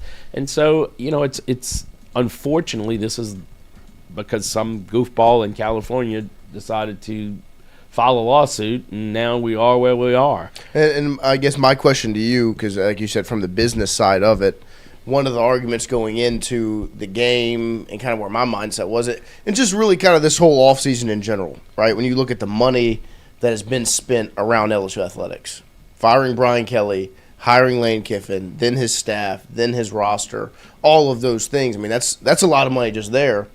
And then if you are to make the move on McMahon, that's buying out his contract, his staff's contract, buying out whoever the other coach is, the new coach is, paying him and his staff, and then paying his roster. I mean, that is a large financial investment in one offseason. It is. Unfortunately, that's what happened. And yeah, it's look, I think the players are out of control with the money that they're demanding. I think the coaches' buyouts are out of control. You know, how do you stop it? I don't have that answer. Yeah. I mean, I would literally have to put, you would probably have to put tens of thousands of man hours to figure that whole portion out. Do you think, from LSU's standpoint, they can do like, because that was the biggest thing before, even with the Kelly firing, was like, do they have the money to do that? Then they've shown they've got the money to do it. And so for this situation, well, hold on, let's go back, because you and I talked about this way back then. Right. I didn't think they had the money to get rid of Brian Kelly. Yeah, I still don't think they have the money to get rid of Brian Kelly. I don't know. Like, I don't think so. You look at it two ways, and you've said this before. I know it's been said before. At some point, LSU has to look at it and go, do I get rid of him, or can I afford to get rid of him, or can I afford not to get rid of him? Right. You know, and basketball, unfortunately, doesn't make a ton of money for LSU. It does make some. Football is king at LSU. We get it. Football is king just about everywhere. Right. I mean, you know, you look at Louisville, maybe not. Duke, maybe not. But Arkansas, you know, but football in Kentucky, you know, football is king at LSU. And so it's a matter of, can you afford to get rid of him, or can you not afford to get rid of him? And so that needs to be their question. Right. Well, at some point, you become, like I would kind of made the analogy of being like the Pittsburgh Pirates, like where you're just a part of Major League Baseball. You get your check no matter what. Right. And at some point, does it matter if you win or lose, because you're still going to get the TV money, so you still check the box, because you're not making money from ticket sales right now or anything in regard to the product. It's just the fact that you're league revenue. Yeah, you just because you're in the SEC, you get a check. And like how Vanderbilt was forever in football, you're like, why are they getting anything? And now LSU, they make the decision of, look, we're just not going to have a good product. Y'all can just suck it up. We're not paying buyouts. We're not doing any of that. Just wait, and then we'll see what we can do maybe later. But right now, we're still making money because of where we are. Yeah, I mean, I think. But I don't think Louisiana really lives that way. I think that's short-sighted. Yeah. From a business aspect of it, you know, listen, if you're in business and you're making money, what's the goal? To make more money. Right. And so, how do I make more money? I was always taught in business that you have to spend money to make money. Unfortunately, we spent $9 million on this roster. You're the second lowest in the SEC, and so you're getting the second lowest product of the SEC. And so, to be blunt, LSU was behind the times on men's basketball as far as spending money on rosters. You know, again, football is king. However, we spent $18 million on a football roster, and look where that got us. Right. And so, you know, it's a slippery slope. I don't know the answers to it. Last night, going into the game, did I think LSU would win? No. I thought we'd be competitive, and it just wasn't a competitive game. Non-competitive from the start. I mean, they drive the paint. They get stuck in the paint 80% of the time. You know, they got to kick it out. Right. I mean, look, it doesn't look like it looks like everybody else has figured it out. Yes. It looks like everybody else has figured out what you're going to do. And you know, it was a bit, you know, like some players have been disappointment for me. I thought we were going to be really good. You know, you got some injuries. Unfortunately, injuries happen. I mean, I think somebody told me last night, I've heard two different versions, that Arkansas had two of their best players out, but the kid Darius, Acuff, he played and he scored 30. Did he score 30 points? Or I know he was at 28. Yeah. And so look, Arkansas had season high block shots of 10. Yep. It just looked like it was the skill gap and the talent gap between the two teams on the court was massive. They had 12 players. We barely had 5. Right. And so, you know, look, I don't. You know, it's unfortunate, and I had some conversations with people this morning. Believe me, my phone was ringing at 7 a.m. this morning. You know, look, personally, I love the staff. Yeah. Business-wise, something has to be done. Yeah. And so I think LSU needs to sit down with the entire staff, or at least with Coach McMahon, and say, look, let's have some hard conversations. What is your plan? What is your vision? Let me tell you what our vision is. Can we come to an agreement to either part ways or not part ways, or what do we do? And I don't know. I don't know the answer to it. I know this isn't it. Yeah, no. 30% from the field and shooting 14% from three. Not just that, you gave up 64 points in the paint, and for the game, you scored 62 total. Yeah, I mean you got beat by financially. Like, football has kind of an open checkbook, right? I mean, it does. Whether or not people can afford it or whatever, all the money's being thrown at it. But there's not that kind of reason for generosity or generosity for the basketball program. Like, there's a lot of people willing to write checks. There's money. I mean, look, but I mean, like, winning. All right, so coming off of this, like, what is the realistically? So, LSU for football. Football's king. Football has to get the lion's share of the money. Of course. Right. Basketball, when you win, it's good. When you don't win, it's not good. Right. And unfortunately, we're not winning. I mean, look, why did they make the move on Brian Kelly? Because you weren't winning. Because you weren't winning. Right. And no offense to Brian Kelly, you didn't even look like you wanted to win. Like, you were there to collect a paycheck. Right. Unfortunately, that's what happened. I think with Coach Kiffin, man, you got somebody who's younger, who's more energetic. Yes. From everything I'm hearing, people are wanting to give money to Ellis. Exactly. Yeah, and so, that's my thing. Can you go raise money for basketball? Not right now. Yeah. And look, I've had these conversations with people at LSU. I've had conversations outside of LSU. Okay, so you part ways with McMahon, whether he leaves on his own or you fire him. Who do you go get? You're going to have to, you go get a coach with a name. You're going to have to pay him decent money. You're going to have to buy that coach out of his contract. That doesn't seem plausible, right? It doesn't seem plausible, but like neither I did said, firing Brian Kelly. At the same time, can you afford not to? Right. Right. LSU, like I've been told, look, we're going to make the same amount of money whether we win games or we don't win games. Well, then why put a product on the field? Yeah. Because, or in the court, because I just don't. I think that. So I'm going to open my doors, even though I'm only going to make $3 today. No, that's not the goal. Right. The goal is to maximize your dollars, and unfortunately, I think it's short-sighted to think that you're gonna not give money to LSU basketball to increase revenue. Look, I've said this before. I'm a season ticket holder for just about all major sports at LSU. Gymnastics, they pack 13,000 people in that arena. A great product. They win. They won a national championship. Yeah. They win. Coach Clark, Haley Bryant, Gareth Griffith. They're some great people. You got 13,000 and you're losing money. Why? Because you won't raise the ticket price. So you're trying to appease families, and I get it. Don't get me wrong, but raise the ticket price. Same thing with basketball, women's basketball.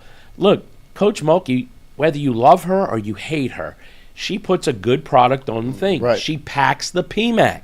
There is no reason you should pack an arena and not make money. Yeah. I mean, look, I'm a courtside seat holder for both men's basketball and women's basketball. In order for me to get decent concessions, I have to walk upstairs. Or catch it from the roof. Or catch a hot dog falling from a ceiling. And who really eats a hot dog that's dropped from a ceiling? Wyatt. I'll fuck up a hot dog right now. But I'm desperate though. Well, there's no hot dogs in the ceiling, but I'm just saying. Oh, no one's gonna check. But like seriously, like so, raise ticket prices on women's basketball. Look, I get you can't. Here's what LSU does. Let's raise premium seating. We got to keep it affordable for the fan. Okay, I get it. And I'm not saying you don't keep a section of seats affordable for fans, but you can't expect to go to a women's basketball game and pay $5 for a seat and sit in a 200 or 100 level seat. You can't see a movie for that much. No, and look, baseball's starting to be the same thing. So my thing is, the Board of Supervisors keep saying, well, we got to raise premium seating. I'm not trying to be mean. At some point, I don't want to keep raising my prices when there's a guy look, I had a guy Saturday at a Mardi Gras parade tell me, I've been a season ticket holder for baseball for 30 years. And I just looked at him, and I go, and where are your seats? Well, I'm in the bleachers. Well, guess what? You're going to continue to be a season ticket holder for 30 years because they're not raising your ticket price. Do you go to the games? Well, I go to some of them. Well, then why are you a season ticket holder? Now, look, if I don't go to the game Saturday, I couldn't go to the men's basketball game. I put people in my seats. Yeah. I don't sell my seats. I give them to people. I think it's a great experience to sit courtside for a basketball game. But most people do sell their seats. Most people do sell their seats. You can't sell your seats to men's basketball right now because nobody wants it. And it's not sold out. Even if you do, it doesn't. It's not a revenue ad for the basketball program, right? You're making a personal gain. Yeah, I mean, but the ticket's already paid for. Right, exactly. Yeah, that's what I'm saying. And so look, and good on you for doing that. Yeah, which is fine. That's well within your right. But yeah, but you hope to give them a courtside experience, so maybe they get a ticket later on down the later line. to go like, like, oh, oh, the, now the I'll buy a experience was ticket. fun. Yeah. I want to go to a basketball game again. It may not be courtside, but at least I'm in the arena now. I could have been sitting on the bench last night. I could have played. And it wouldn't have Listen, been. I got to be honest. I mean, look, and like my wife, she leaned over to me and she goes, "I love basketball," and I go, "Yep," and she goes, "This isn't fun," and I go, "No, it's not," and she goes, and literally, like we've had this conversation on the way home from several games, like. You got to prioritize. Do I want to go to a men's basketball game, waste my 2 hours, 3 hours, or do I want to go do something else? And, unfortunately, for me, I'm going to mostly choose going to men's basketball games or women's basketball games. But the fact it's even a question. Yeah, and that's what bothers me. Yeah. Look, I'll tell you this. I put a lot of money into LSU athletics. I spend a lot of money on tickets and donations and booster clubs Right. and it's just it's brutal. It's brutal. It is. And look, I get it. Listen, if I'm in that admin building and I got anything to do with LSU athletics, especially anything to do with LSU men's basketball, I don't come out of my office for at least 3 days until I have a plan. Right. You have to have, because one of the biggest things is what you witnessed last night, and then what you're going to see Friday during the day with LSU baseball opening first pitch, LSU gymnastics, LSU baseball again, LSU women's basketball, and then LSU baseball. I mean, there's going to be 5 events this weekend that are going to be packed, exciting, fun, and entertaining. And you just sat through and I guess one last night. my question would be to LSU is like, how much money do you make on a men's basketball game? Right. When it's packed and you're winning versus when it's not packed and you're losing. Like, at some point, you got to look at that and go, does my revenue go up? And don't be so closed-minded and go, well, we don't make a whole bunch of money on concessions. No, BS, because I've watched people literally have to walk out with help because they've drunk at a basketball game. And so you're selling beers. Well, I spent $40 on concessions last night. Okay, for so a handful of And you things. don't even drink. Yeah, I don't even drink. Yeah, and triple that. And here's the thing. So for 2 years now, and this is going to be really crazy. For 2 years now, I love Mike and Ike's. I love to eat Mike and Ike's when I watch a men's basketball Oh, yeah, game. brother. Okay, Mike and Ike's. Mike and Ike's are the great. best. But And no don't give me candy. all But no the candy. don't give me all the. I just want the regular original flavor. There you go. For 2 years now, they stopped selling Mike and Ike's. They sell Sour Patch Kids. And I'm like, hey man, where are my Mike and Where Ike's? are my Mike? I mean, like I would buy 4 and 5 boxes of them and hand them out to people. Because I'm not going to waste my time going and get one box of Mike and Ike's. So I'll go buy 4 or 5 and I hand them out to people. Hey, give me back to them. Yeah, and Or kids so, back down the aisle. And so they say, well, I mean, we don't need that. Well, I know, but you're taking services away from people. What you're not noticing. You're taking services like in the portal, right, where I don't know what portal it is, but to my left, when I'm sitting facing the court to my left, they used to sell chips and stuff like that, and that little. They don't sell that. They sell drinks. That's it. You got to go to the other side. And so, look, I think it's laziness. Look, here's the thing. You get what you put into something is what you're going to get out of it. Right. And so if you're not going to put a whole bunch into it, and I don't want to hear, well, we put $9 million into it.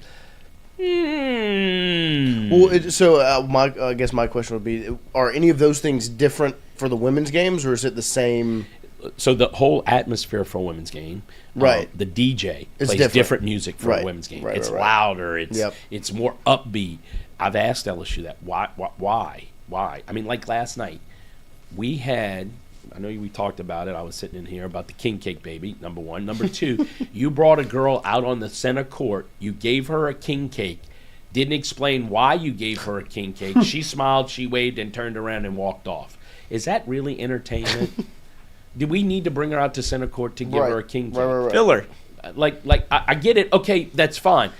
Don't bring somebody out and play the DJ. These are all missed The DJ is getting right? told, from what I was being told, the DJ is told what he can play. Yeah. Well, that doesn't do you any good. Right. I've asked several people. You've watched a Lakers game at the Staples Center. I know it's Crypto.com arena. Crypto.com, whatever the shit it is Yeah. nowadays. But I'm going to always call it the Staples Center. Of course. You go look at that thing. The court is the only thing illuminated. Everything else is dark. So you really can't see how many people. Right. LSU, can you do that? Oh, no, we can't do that with the lighting. BS, because you turn the lights on sure can. before every game. So you're lazy. Any You just high don't school- want to any do high it. school theater department can You do just it. don't want to do it. So stop with the excuses and start doing things to attract people. You don't listen. My wife laughs at me. I will not answer an LSU survey. And she's like, "Why won't you do it?" Because they don't do anything. It doesn't about matter. Right. It's, regardless of how bad I say it is. They don't do it. And so, look, and I know, I'm sure the chats are going to be up there. You just stop going to the game. They'll realize it. No, they really don't. They really don't. You saw it last night. You're witnessing it with the New Orleans Saints over the last handful of years. I mean, the product has been bad, and people have not been, but they're still making the money off of it, and they're not making the changes. But this year, they're competitive. They were competitive. Right. They found a quarterback, hopefully. They found a head coach, right, hopefully. And But look what it took to get there. Right. Yeah. Wholesale change. You had to Yes. get rid of the You had pest. to change a lot of things. But we've been at this for men's basketball for 4 years now. Yeah. And so, okay, what we did isn't working. Einstein's definition of insanity, doing the same thing over and over again and expecting a different result. Right. You got to do something different. Yeah. And I think, not just LSU, I think college athletics, people need to start thinking differently of college athletics. Yeah. You don't, look, as much as I said it when all these big salaries started coming out for players, whether it be football, basketball, baseball, whatever, these kids are now opening themselves up for criticism. Yeah. Because you're getting paid. But last night when you're booing them, I still feel uneasy about that. Of course. I still feel uneasy about that. I don't like it in professional sports. No. You should never boo your own players or coaches. Yeah, Right. and that's look, where you want to boo a ref, you want to boo a call. or you the wanna other boo- team. That's Yeah. fine. Whatever. But somebody that plays for the team you like that gets paid a market rate, because that's what's decided, right? Right. That's what's, I'm sorry that they get paid a lot of money to do this. That's not their fault. That's just what they're worth. They're on your team. Yeah. Those are your guys. still your team. It's still your team. Look, don't say anything. You don't have to boo. I mean, look, you can be frustrated. Look, I'm very frustrated. Yeah, look, I wasn't happy am last night. very frustrated. I am really frustrated. But I'm not going to boo somebody. Right, I'm not going to boo right. a coach. I'm not going to boo a player.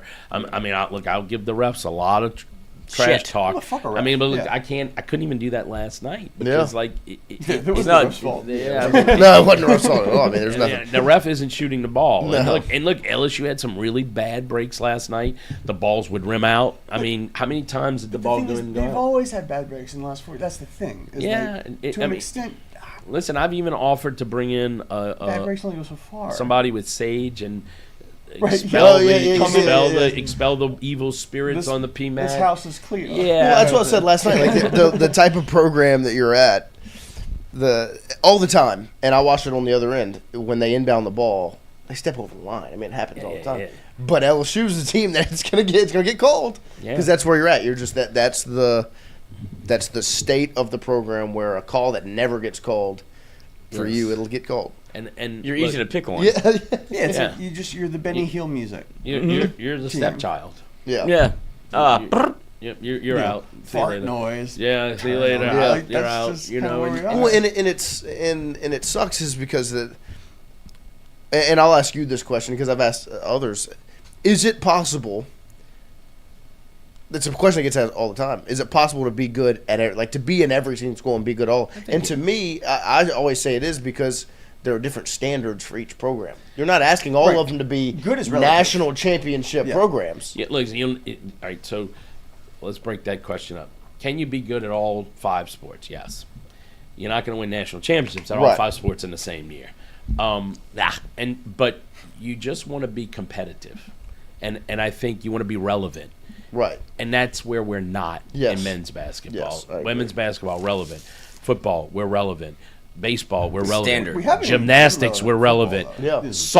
Softball, we're relevant. Relevant.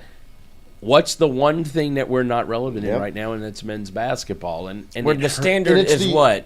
Make the Is the tournament. top Be one of the 7 top just yeah, get in. 70 teams. in Just the get in. country. Just that's all. That's all we want. Just go to fucking prom. Go to the dance. Just consistently be invited. Get a date. Right. Yeah.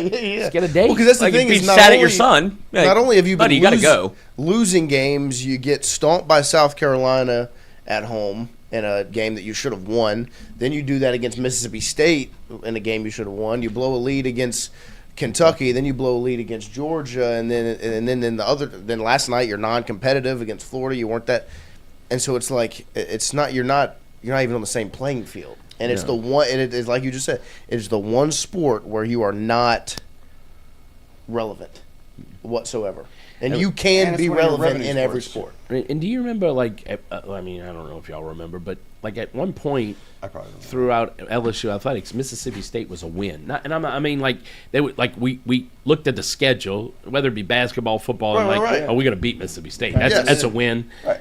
We're not that way. Like you look at the schedule, I'm like, man, okay, so we got some SEC play here. After the product we've put on the court, who do you beat? There is no pencil. So you may. That's us. That's who we. So we may beat Oklahoma at home. Maybe. I mean, look, Tennessee. Do we score 50 points at Tennessee? I mean, Texas. Are we competitive in Texas? And you're going to Tennessee and from Tennessee directly to Austin. So you're not coming back. So it's a travel. I mean, it's like NBA now. Yeah. And so where do we go with this? I don't know. And it's, for me, it's very hard to swallow that pill to. Well, to have to accept that the program is dead. What do you? Because last night was the sign. You play better on the road than you do at home. It was the final nail in it. It's the program's dead. Like there's no energy around it. There's no air. There's no excitement. There's no draw. And even the ones that are willing to sit through it not being exciting because of love for the program don't want to be there. Yeah, it's not because you think something better is going to happen. The feeling that I felt last night walking out of the PMAC was the same way I felt walking out of Tiger Stadium in November against Texas A&M, where it was like, this is the lowest of lows, and this is when change has to happen. My love for this program is the reason why I have to walk out right now. Yeah, and the reason why I can't go back in, It really is tough. Like, I mean, look, I'd be lying if I didn't. I mean, like the thought crossed my mind in the last two home games that I've attended. I didn't go to the Georgia game, so whatever game was before that. Mississippi State. Like, can I get up, sitting courtside, and leave without a People spotlight on it? Because I mean, I'm a staple there. And so why did he get up and leave? And I wouldn't do that. I don't want to do that. But the thought crossed my mind, like, hey man, last night. I do want to do that. Last night it was like 9:30, and I'm like, I mean, I can get home before 10 o'clock. Yeah. And it's not about the crowds because there was no crowd there to beat traffic. I don't want to do this anymore. I can go home and get my stuff together and. Yeah. What do you think about for the next day? Lloyd has this theory that I don't know if you've heard him say it before, but I think it's my favorite thing for LSU basketball specifically, that and maybe college basketball in general, that you kind of need a ringleader as the head of a program, right? Like your Dale Browns, your big personalities. I mean, Dale Brown, John Brady, Will Wade. Yeah, those three. Those three, LSU specifically, but John Calipari, right? Bob Knight. I mean, these guys they're kind of the center of the boisterous. show. Yeah, look, I think is that something that you think is? I think that we needs should be targeting. Yes, for the next hire? I do. I think you need. Listen, I tell this to my employees. Good guys don't always finish last. Right. And you got to kind of be I don't know what you'd say is you got to be an asshole sometimes. Yeah. And you got to stand up for yourself, and you got to stand up for your programs. And so I think you need to hire. You need to find somebody that's. As a ringleader, like a circus, an extrovert. Mm-hmm. Is outgoing and has some. Look, Coach. Even Kim is a great. That's what I was about to say. You're Kim, witnessing on campus with Kim Mulkey. Yeah, that was a dead program. She got here. She's undeniable. Yeah, right. And look, I say this, and I probably said it in here before. If people could see the Matt McMahon that I know, right. He's a great guy. Yes. He really is a great guy. He's very passionate about LSU basketball. Listen, he came to LSU when LSU was beyond dead. Like he didn't have any players at the time, and the sanctions, and legal trouble. Yeah, and we didn't know where this was going to go, and we were going to get penalized, and all of this stuff. And so he's a passionate man. He's a great person. I think he's a good basketball coach. I think he's a good X's and O's coach.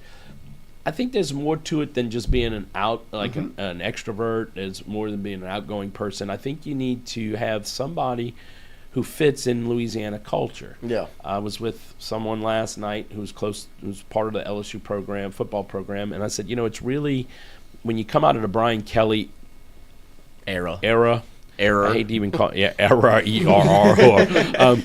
You don't.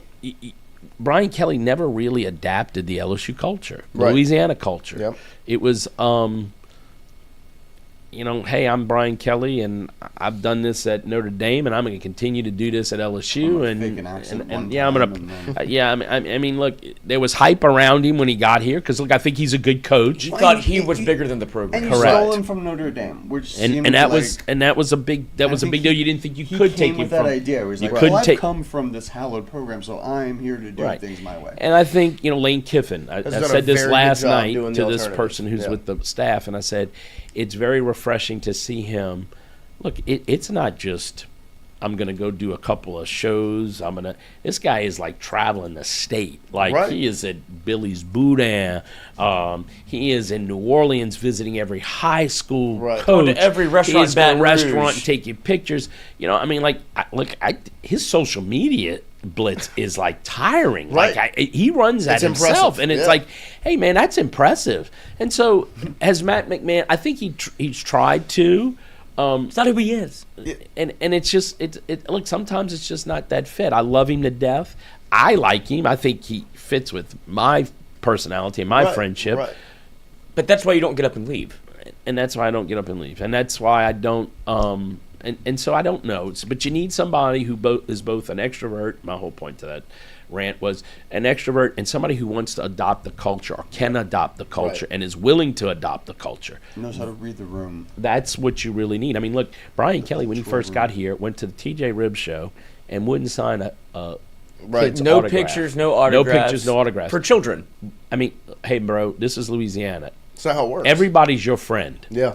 Everybody is your friend. Otherwise, see you later. Pack your shit. You're out of here. I mean, you're arguably. Better yet, don't unpack. Don't unpack. Just leave it in boxes. Have it ready. The U-Haul's right there. No, I mean, and that's you've witnessed it now with when Kim Mulkey got here, and obviously she had an understanding being from here. But I would say Lane Kiffin at this point now, and how impressive he's been. But the best example has always been Jay Johnson, a guy that's not from the area. Was a West Coast guy, has no ties to Louisiana, this culture, but when he got here, he befriended Skip Bertman, respected the past, and really to me the fit is care and work ethic. Yes. And Jay Johnson is those two things to the maximum. And listen, I've heard, I think Coach Johnson is an amazing baseball coach. He's an amazing person, but I've also heard he has a mean streak in him. Of course. And I think you should. Yeah. And so how he has done it, whether he's kept that out of the limelight and people haven't seen that part of it, is even better. Like, look, 1,000%. I can be your friend. I can adopt the culture. Right. I can show you I can win 2 national championships. Right. And I can also be a jerk behind the scenes. And players love him. There's your stage persona. There it is. It's there. Well, I mean, you look at Nick Saban. I mean, I don't think anyone looks at Nick Saban and says, "Oh, he's such a sweetheart, this big teddy bear." Other nice than Miss guy. Terry, yeah, or his kids. Everyone else is like, no. I mean, Coach Saban. I mean, we had Rohan Davey in here yesterday, right? I mean, he played for Nick Saban and Bill Belichick. They weren't the two nicest guys. No, but they won. Exactly, and so that's what I think you need to look for. I think LSU needs a better job at vetting people, their coaches, on that aspect. Like, what do you think of this is our culture. Yeah. Look, the brand is the brand. The brand will sell itself. LSU, 3 letters across your chest. And look, it's one of the best brands in the country, if not the best brand in the country. But here's our culture. Here's what we like. We like seafood. We like, I mean, when you walk into a seafood restaurant, you go, I want a salad. Oh, you want oysters? You want shrimp on that? No, I just want If you do want a salad, you cannot order a salad. Yeah, I mean, Joe Burrow. There's nothing wrong with ordering a salad, but that's I want 5 pounds of crawfish, please. Yeah, I mean, so have Go you eat what you actually want for dinner at home. Right. So, go to Jubans. I need the hallelujah crab. I never did understand that. No, it really does need to be part of it. As has much to as be. your success on the court It needs to be like, how much do you understand what you're coming into? Right. Who you're dealing with. Right. Like the place you're working with. And then like what your sport is in the pecking order of LSU athletics also. You know, 'cause, I mean, basketball, like... Look, you got the worst facilities in the country. You got no NIL money, whether it be men or women's basketball. You're not big... You're not the number 2. No Mike and Ikes. You're like no Mike and No Ikes. Mike and Ikes. You can't find fucking Mike and Ike anywhere. And you're like the number 3 sport on LSU's campus. So, is this where you want to be? So it's like, yeah, you have Who wants that job? You have to make your own magic in order for that who program wants to be that job? successful. And there You was really a coach. do. There was a basketball coach here at LSU at one point told me, coming from a mid major, he came from a mid major, and he said, "Look, when you at a mid major and you're winning, you think I can win anywhere. Right, I can go to right. the SEC. Oh, man, I did it there. But when you get into that SEC grind and you're playing two games a week, and you're traveling and you're home away or away home, you know, it's a grind. Yeah. It's Yeah. a grind. It's a different aspect of it. A lot of people don't think it. And look, you know, what would be your dream job? You would want to be an ESPN right. TV newscaster. With that comes pressure and stress. Yeah, it's a little different than this. And it's a little different than this. Would you be good at it? Nobody knows. Would you like to take your shot at it? And okay, you've taken your shot.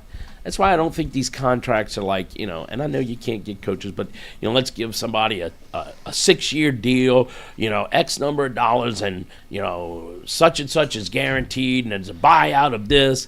How about we get you here, and let's see how this works out, and then we raise you up as you perform, or you know, because I'm not going to put myself in financial debt. I mean, that's what I do with my employees. Here's the deal. I'm going to hire you at this. You want to come work here? If you perform great and you go above and beyond, then you get raises, you get bonuses, you get, and so, you know, hey, that's kind of where I think athletics in general, like I said earlier, needs to start changing its mindset.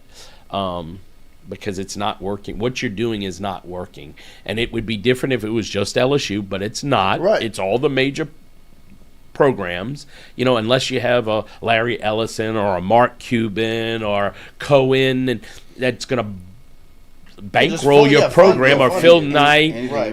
I'm going to give you $30 million because I really don't care about money. I like to burn it. Yeah, I want a championship or I die. And we're not going to. We don't have that here. We don't have that person here. You know, Ty Graves, great person, has helped LSU out a lot, but he's not Larry Ellison to go, I'm worth $300 or $200 billion, and I'm going to give you $30 million a year, and poof, you know. It's a patchwork. Yeah, kind of community of donors you have here. Correct. More and when you're losing, it's hard to ask donors for money. Look, I won't give it. I'm not giving it. I'm sorry. I gotta look. I love the program. I love basketball, but I got to be smart with my money. It's a business investment. What would make you? What would they do that would make you go, fuck it? I'll open the checkbook a little bit more. What would that move be? Just for fun. You know what I mean? That's a rough one. That's a bud. tough. That's I know. a tough That's question. a tough. Hard-hitting journalism, baby. I love it. I love it. I don't know. Is there one particular thing? Yeah. You know, don't come sell me on something because I don't need a sales job. Don't tell me you're going to do something. Look, I'm a man of my word. If I tell you I'm going to do something, I'm going to do it. Right. And look, if it backfires on me, it backfires on me. But you're going to walk away and, well, he did what he said. So don't do that to me. You know, get somebody in here that you know can energize the program, you know can energize the fan base, you know would get people excited, would get the media to go, oh, look what they did. You know, they made a move, and you know, look, kind of like you did with Lane Kiffin. Like for when we hired Lane Kiffin here at LSU, that's all you. I mean, look, that's really all you hear about now. Lane Kiffin. Turn on any sports channel. Eventually, within a 30-minute segment, you can hear not sports shows. Correct. I've been hearing about it on and so you have to get some excitement back in, and you have to be committed to it. I mean, look, I'll tell you this. I heard Brian Kelly speak one of the first times he was here in a board meeting, and he said consistency leads to success, and there's nothing more true. And I feel like if LSU would be more consistent with men's basketball, they would be successful. Look, I know when they got rid of Will, we're afraid we're gonna get. I'll never forget the phone call. I was probably one of 4 or 5 people they called before they fired Will Wade. Yeah. And I was upset. I was very upset. I was cussing like a sailor. And the answer was, you just don't understand. No, I understand. Yeah, no, I get it. I understand more than you think I understand. What you don't understand is how bad are you setting the program back? Right. And so let's not be short-sighted. Let's not think of, oh my gosh, oh my gosh, oh my gosh. You're not right now. We're scared. Right. I mean, and I get it. Look, it was to save football, and no offense, you could have saved it all. You could have saved it all. Yeah, you'd have been all right. And here's the thing. Look at the way anything works in the media No offense. nowadays. If you just ignore it for a little bit. Yeah. Especially with the People NCAA. I mean, people if are you just gonna ignore the fucking NCAA, forget, you'll be you okay. know. And look who's not here right now. Look who's not, neither Scott Woodard or Right. Bill Tate. And because they didn't make the best decisions. And so, I hope and I pray that LSU, for my sake and for the fan base, because it is fun. Look, we talk about it. Winning is fun. Yes. Winning is fun, and it attracts a lot of stuff and excitement and people who, look, okay, I don't have anything to do on a Saturday. Man, look, LSU's winning. Let's go watch a basketball game. Right. And so I hope they do the right thing. Yeah. I think, regionally, I think college athletics, LSU has track, we have swimming and diving, we have tennis, we have beach volleyball, we have golf. I think regionally, college athletics, look, we don't have a rugby team. Okay. That's okay. We don't have a lacrosse team. That's okay. We don't have a hockey team. That's okay. And so I think it's okay to do away with some sports. I know I'm going to get beat up about that, but it's okay to do away with some sports to be better at others. It's a regional thing. We're not a swimming and diving school, so why do we have swimming and diving? And I'm just throwing it out there because it's the first thing on my mind. The natatorium it needs to be redone. Right. Look, a couple of years ago, LSU came to me and said, hey, man, would you help us donate some money to the natatorium? And I go, no. And they're like, what? I go, I've stepped foot in there one time when my daughter swam in like a YMCA meet. Yeah. I've never been back. I know where it is, and I'm never going to go back. And so, exit that. I don't know how much diving and swimming takes. I know I'm going to get beat up about it, but it's a reality. It's just your money. People people just don't understand. I'm sensitive. You got to be sensitive to those people. Look, this is a dog-eat-dog world. Right. This is big-time college athletics. You're talking billions of dollars being pumped into universities. Enough. Let's be a realist. Stop being so naive and stop worrying about hurting people's feelings. We have to do what's best for the university. Yeah. Well, you're seeing it play There out are in real plenty of time. great places to go dive and swim. Yeah, look, University of Indiana, great diving swimming school, great, awesome, go. Rugby makes a ton of money. Mark, go to Cuban. Duke. Duke's got a lacrosse team. Boy, do Go they. to Stanford for anything. Yeah, golf. I mean, Tiger Woods went to Stanford. Charlie Woods is going to Florida State. I didn't even know they had a golf team. Me neither. And so look, Brooks Koepka. there you go. And so it's got to be. It's still operating under the guise of what the NCAA was versus what it is now, where it turned into this is professional athletics in a sense. It's a liminal space that we're in, right? But it used to be you Between have to the have- way that things were and let's what college we can break it sports down are even now. we can break it down even more. People don't like change. And people don't want to adopt change. And I think change is good. I think change is amazing because you get new ideas, you get new and so, I just think that things have to change and The football program needed change, and they got it. and look at it now. And they're raising money. The stock is as high as I can remember it from an excitement standpoint. Even when Nick Saban was hired here, nobody really knew Nick Saban. Right. So you didn't know what to expect. LSU has never swung this big. No. And so like you said, you turn on LSU, anybody in the United States and probably the world, if they see an LSU jersey, what's the first thing that's going to come to their mind? LSU football and Lane Kiffin. Right now. Right now. Right. And so there's ways to do it. And look, I'm not saying you got to go hire John Calipari, Rick Pitino. You just have to do something within your level that look, when you hire an employee, here's the range of salary I can pay you based on your experience. You know, I think there's ways to get this program back. Do you want to make those hard choices? Do you want to make those financial decisions? Right. Listen, it's all about finances. Yes, whether anybody believes it or not, it's a dollars and cents thing. And so, how bad do you want it? Yep. Go out and find it. Because that's the thing. It's never been amateur athletics, really. Right. The money, the money that's been raised for LSU football would not have been raised for any other coach other than Nick Saban or Lane Kiffin. What's been done around LSU football, if it would have been any one of those other coaches on the list, it wouldn't have raised this much money. Right. There wouldn't be this much excitement. And so, like with LSU basketball, if you get the exciting guy, then there will be some excitement, and with that, in turn, will be some money donated because then they would believe in the product they would be can't raise ticket prices when you're losing. Boom, done. So that's off the board. They took that away. They tried and they were like, "Well, it's a bad idea." That's not a good idea when we got to pay Brian Kelly.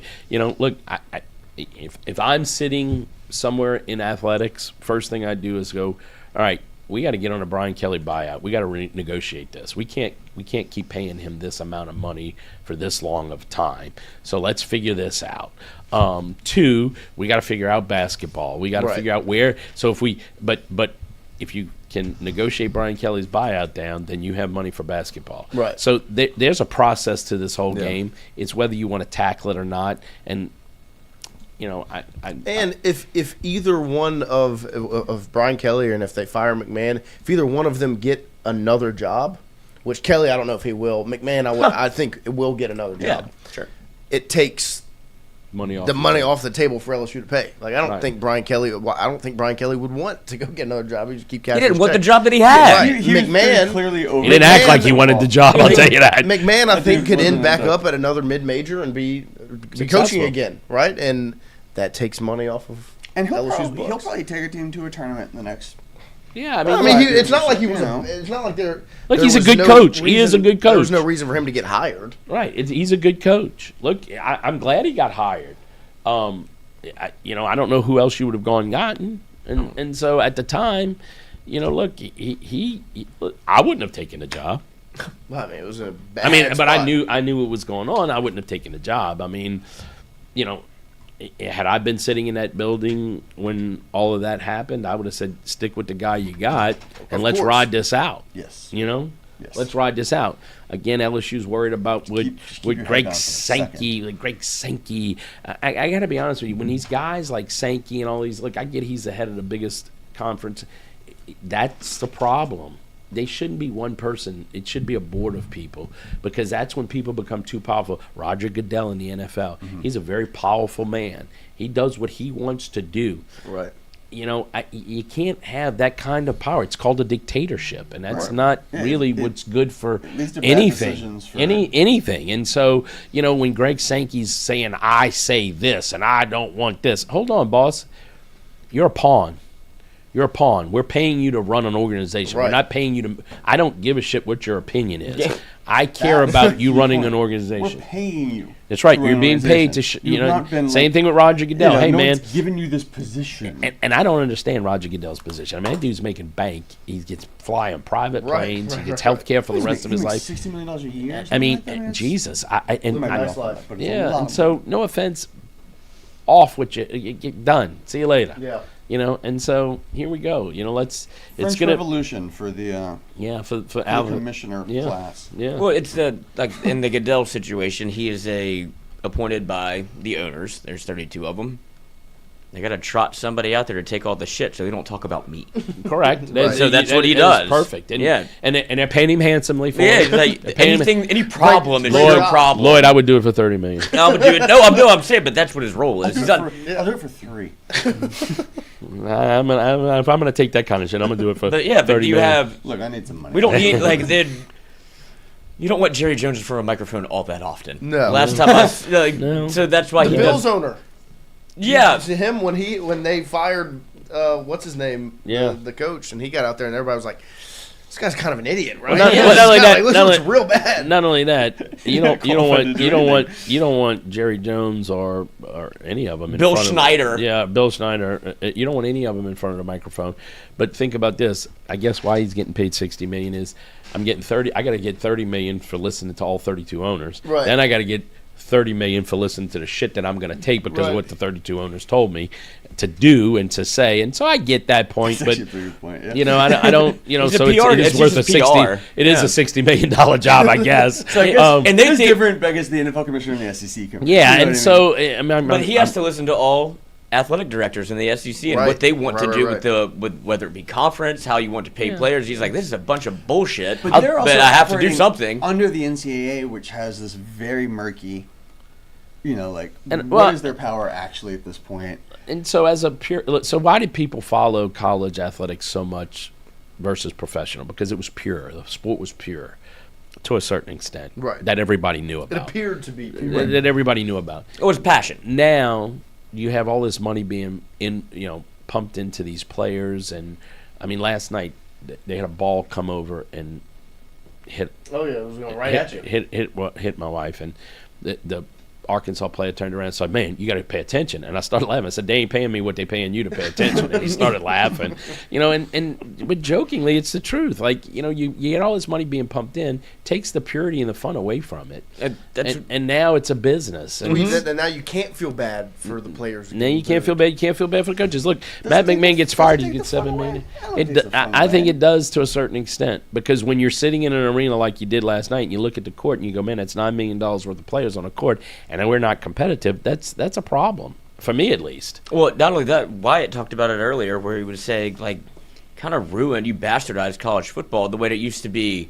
If you lose one game, it's over. Yeah. And that's what we all grew up on watching, and that's why you loved college football so much, because every Saturday mattered. Life or death. You talk about a 16-team playoff. You used to have a 15-week playoff. Right.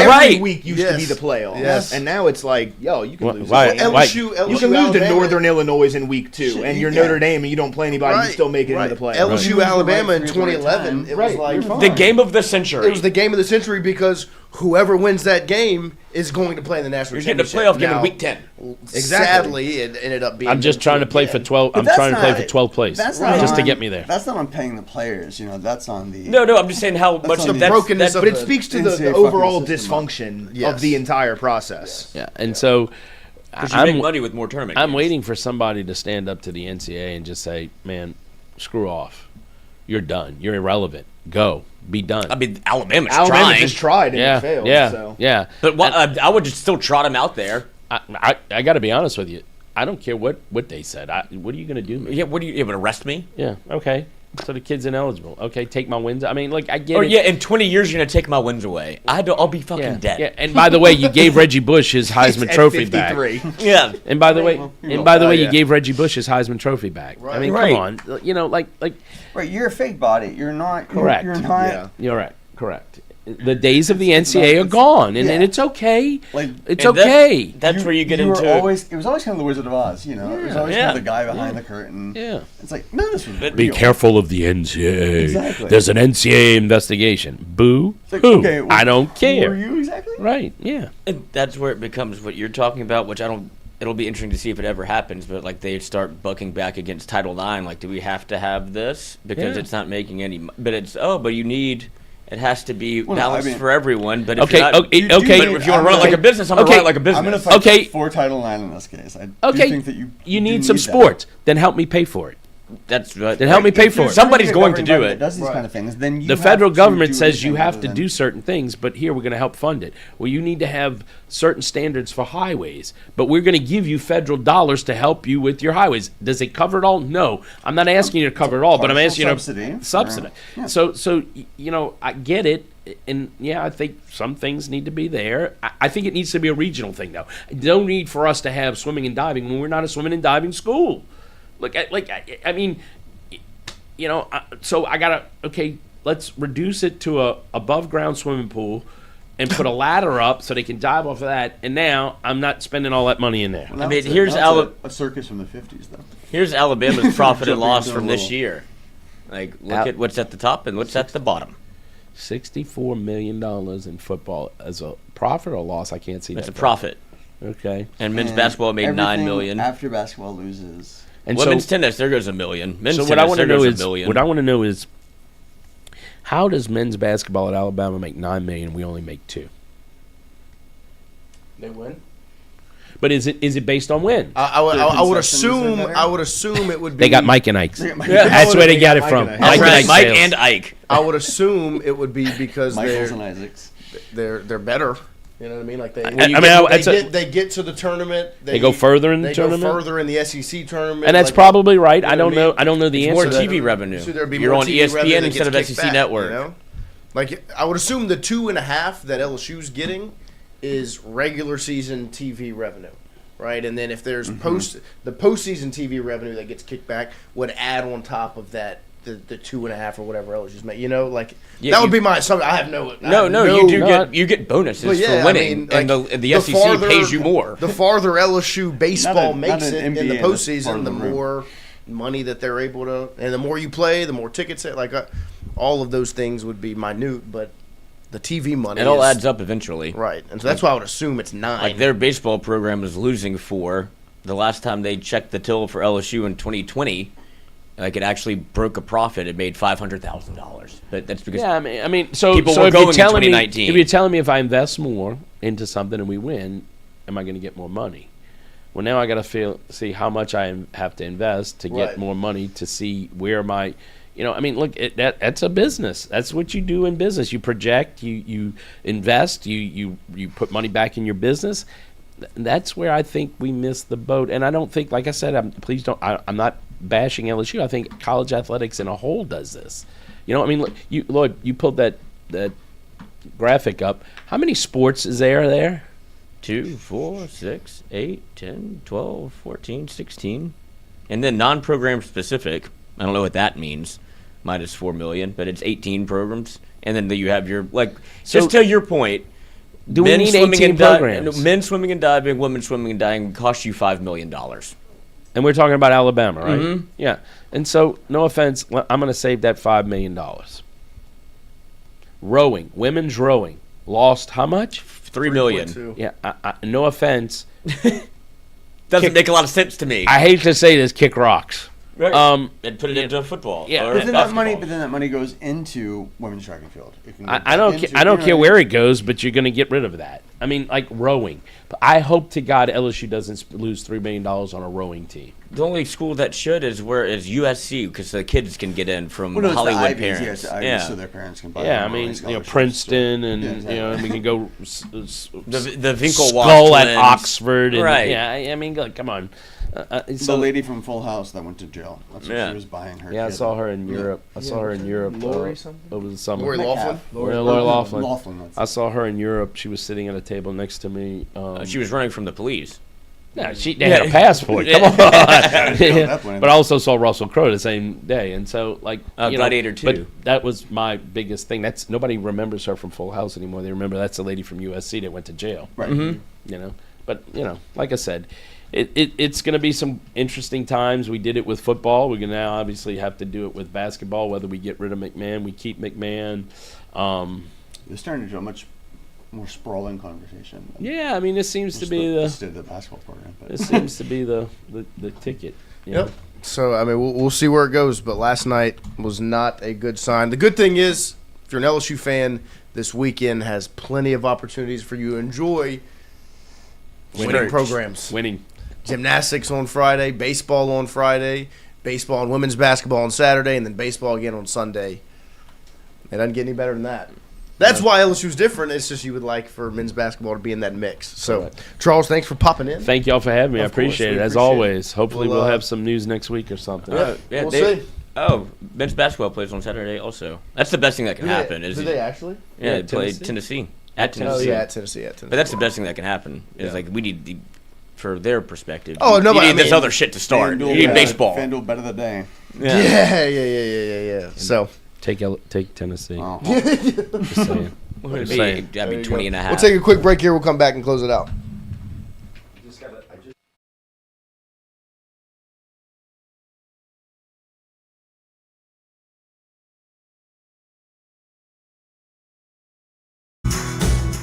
was created in honor of Alan Ward Granning III, fondly known by family and friends as Wardo. In 2019, the oldest brother of the tribe passed away unexpectedly. His remaining siblings and loved ones wanted to honor his memory in a special way. In 2022, Ward's family decided to combine the need for a sandwich shop in downtown Natchez with a desire to pay tribute to Ward's love of good friends, good times, and great food. Through blood, sweat, tears, and countless hours of hard work, Wardo's was born.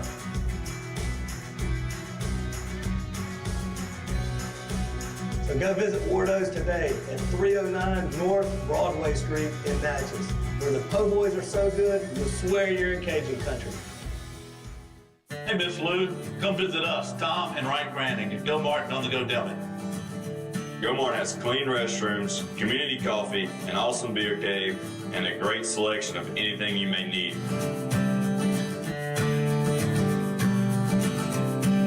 Located at the corner of Highland Boulevard and Highway 61 South in Natchez. Also stop by Wardo's Po' Boys at 309 North Broadway on the beautiful Natchez Bluff. Where everyone is family.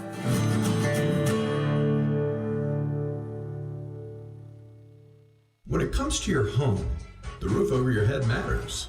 At CAS Roofing, we don't just install shingles, we build peace of mind. With years of experience and a commitment to craftsmanship, our team shows up on time, gets the job done right, and treats every project like it's our own home. Whether it's a repair, a replacement, or storm damage that caught you off guard, CAS Roofing is ready. We're local, we're dependable, and we stand behind every nail, every shingle, and every promise we make. Because at the end of the day, it's not just about roofing, it's about protecting what matters most. CAS Roofing, built on trust, backed by quality.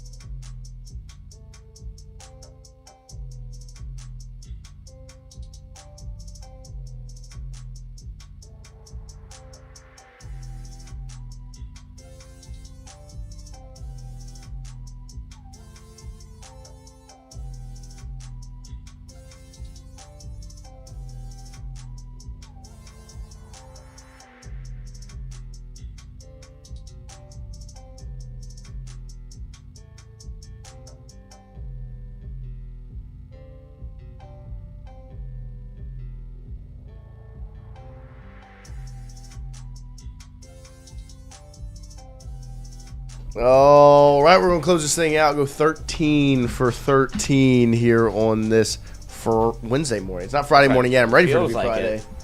Ready for it to be Friday because then LSU baseball would be happening in just a handful of hours.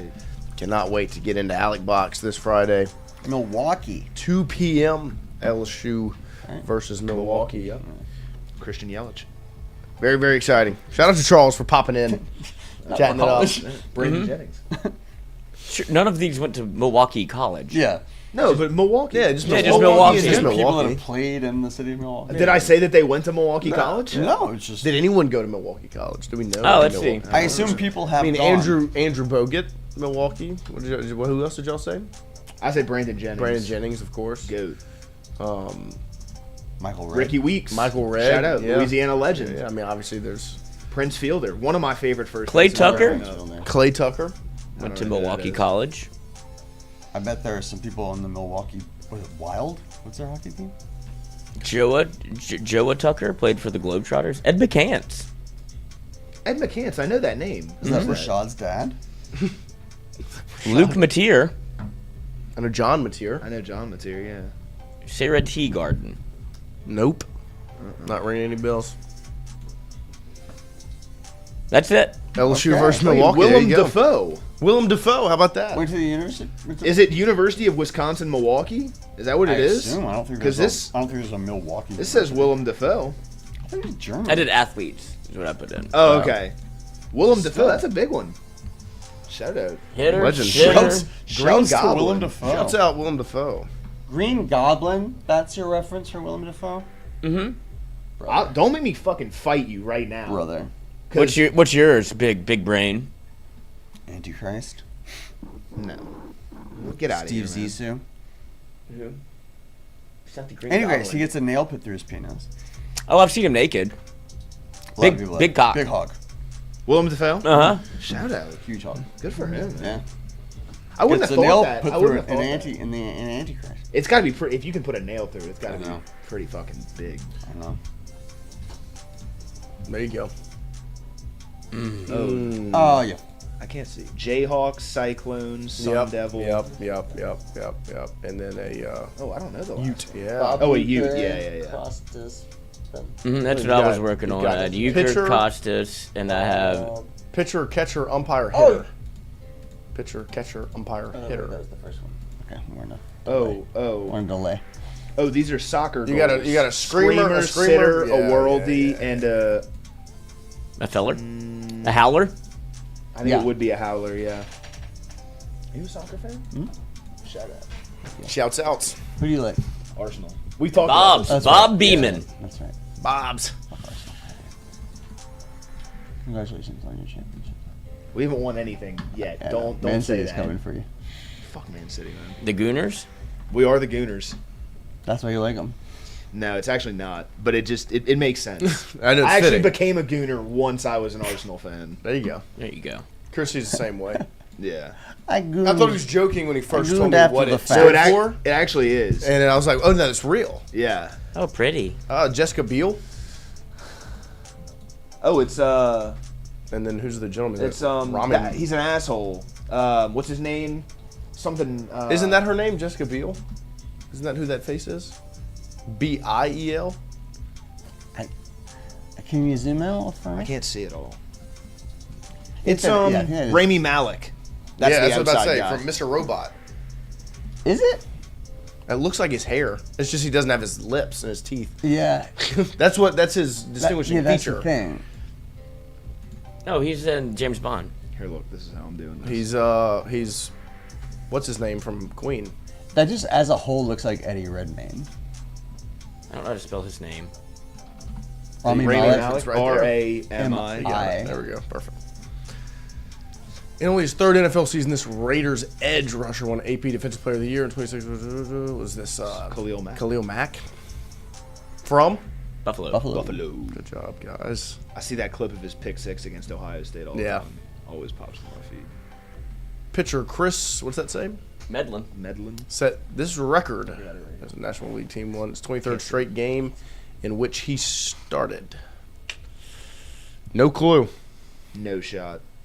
Sounds like a, I don't know. Sounds like a Cardinals. Wow, Isaiah Stewart got suspended 7 games. Holy fuck. I mean, he was Beef on the stew. bench in a warm-up and sprinted off He loves to fight. to fight that guy. But he doesn't really fight, though. No. But he said, He loves the threat. He he said, I got drafted to Detroit. What do you think I'm going to do? Right. I was like, fair enough. Wonder how many They gotta Nas chill, got man. suspended They're a good for. team. They gotta. Who, Detroit? chill Yeah. out before the playoffs. They are good. The Braves. Atlanta. Alianta. I hate Atlanta's the worst place I've ever been in my entire fucking life. Atlanta? I hate Atlanta. Mm. I went for Falcons. Seaman. I went for Alexander Super Bowl Seaman. too. What happened to him? 40 plus goals, 40 plus assists for the Eastern Conference team in 2009, 2010. What? Albert Seaman. Alexander Seaman. Chicago Blackhawks. Seaman was on the Blackhawks. That's why I said that to get the wheels turning in your head over there. The Boston Bruins. The It might Pittsburgh be. Penguins.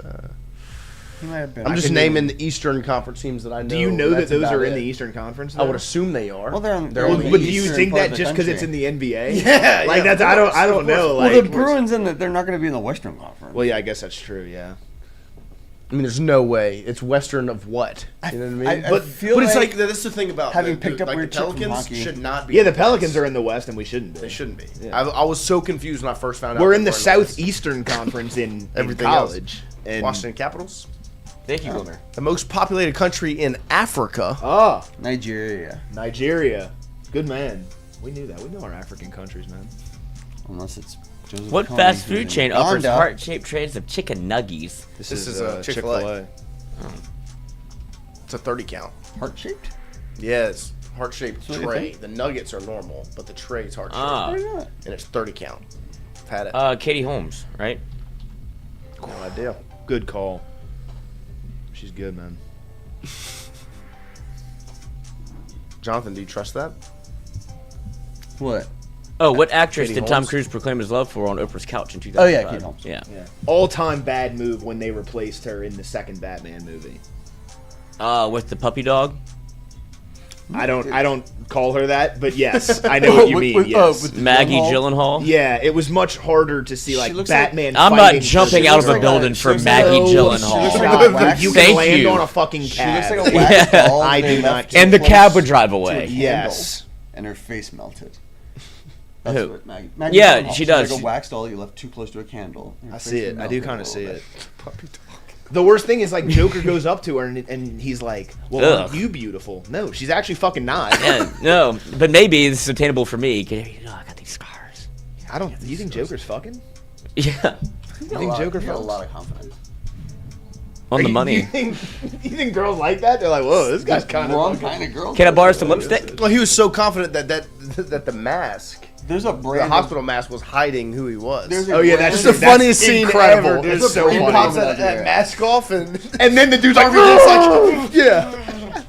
he's got a ginger like wig on. Like, went- in a oh, nurse outfit. Oh, wait a minute. Yeah. He's a man. I'm gonna take this mask. Oh no! And he's like also in a comedy nurse outfit. Yeah. He's not like in scrubs, like a real nurse Yeah, would it's a wear. fake nurse. Yeah. He's wearing the sex Literally, nurse he's wearing like outfit. a slutty nurse costume. Yeah, it's fucking hilarious. Well, and then it's the same thing with Clark Kent and Superman. Like, it's the dumbest glasses. idea in the world. Like, takes the glasses off. Oh my God, you're Oh, Superman. you're not wearing a leotard. Well, Yeah. the thing is, the glasses have a mesmerizing. Well, right, yeah, I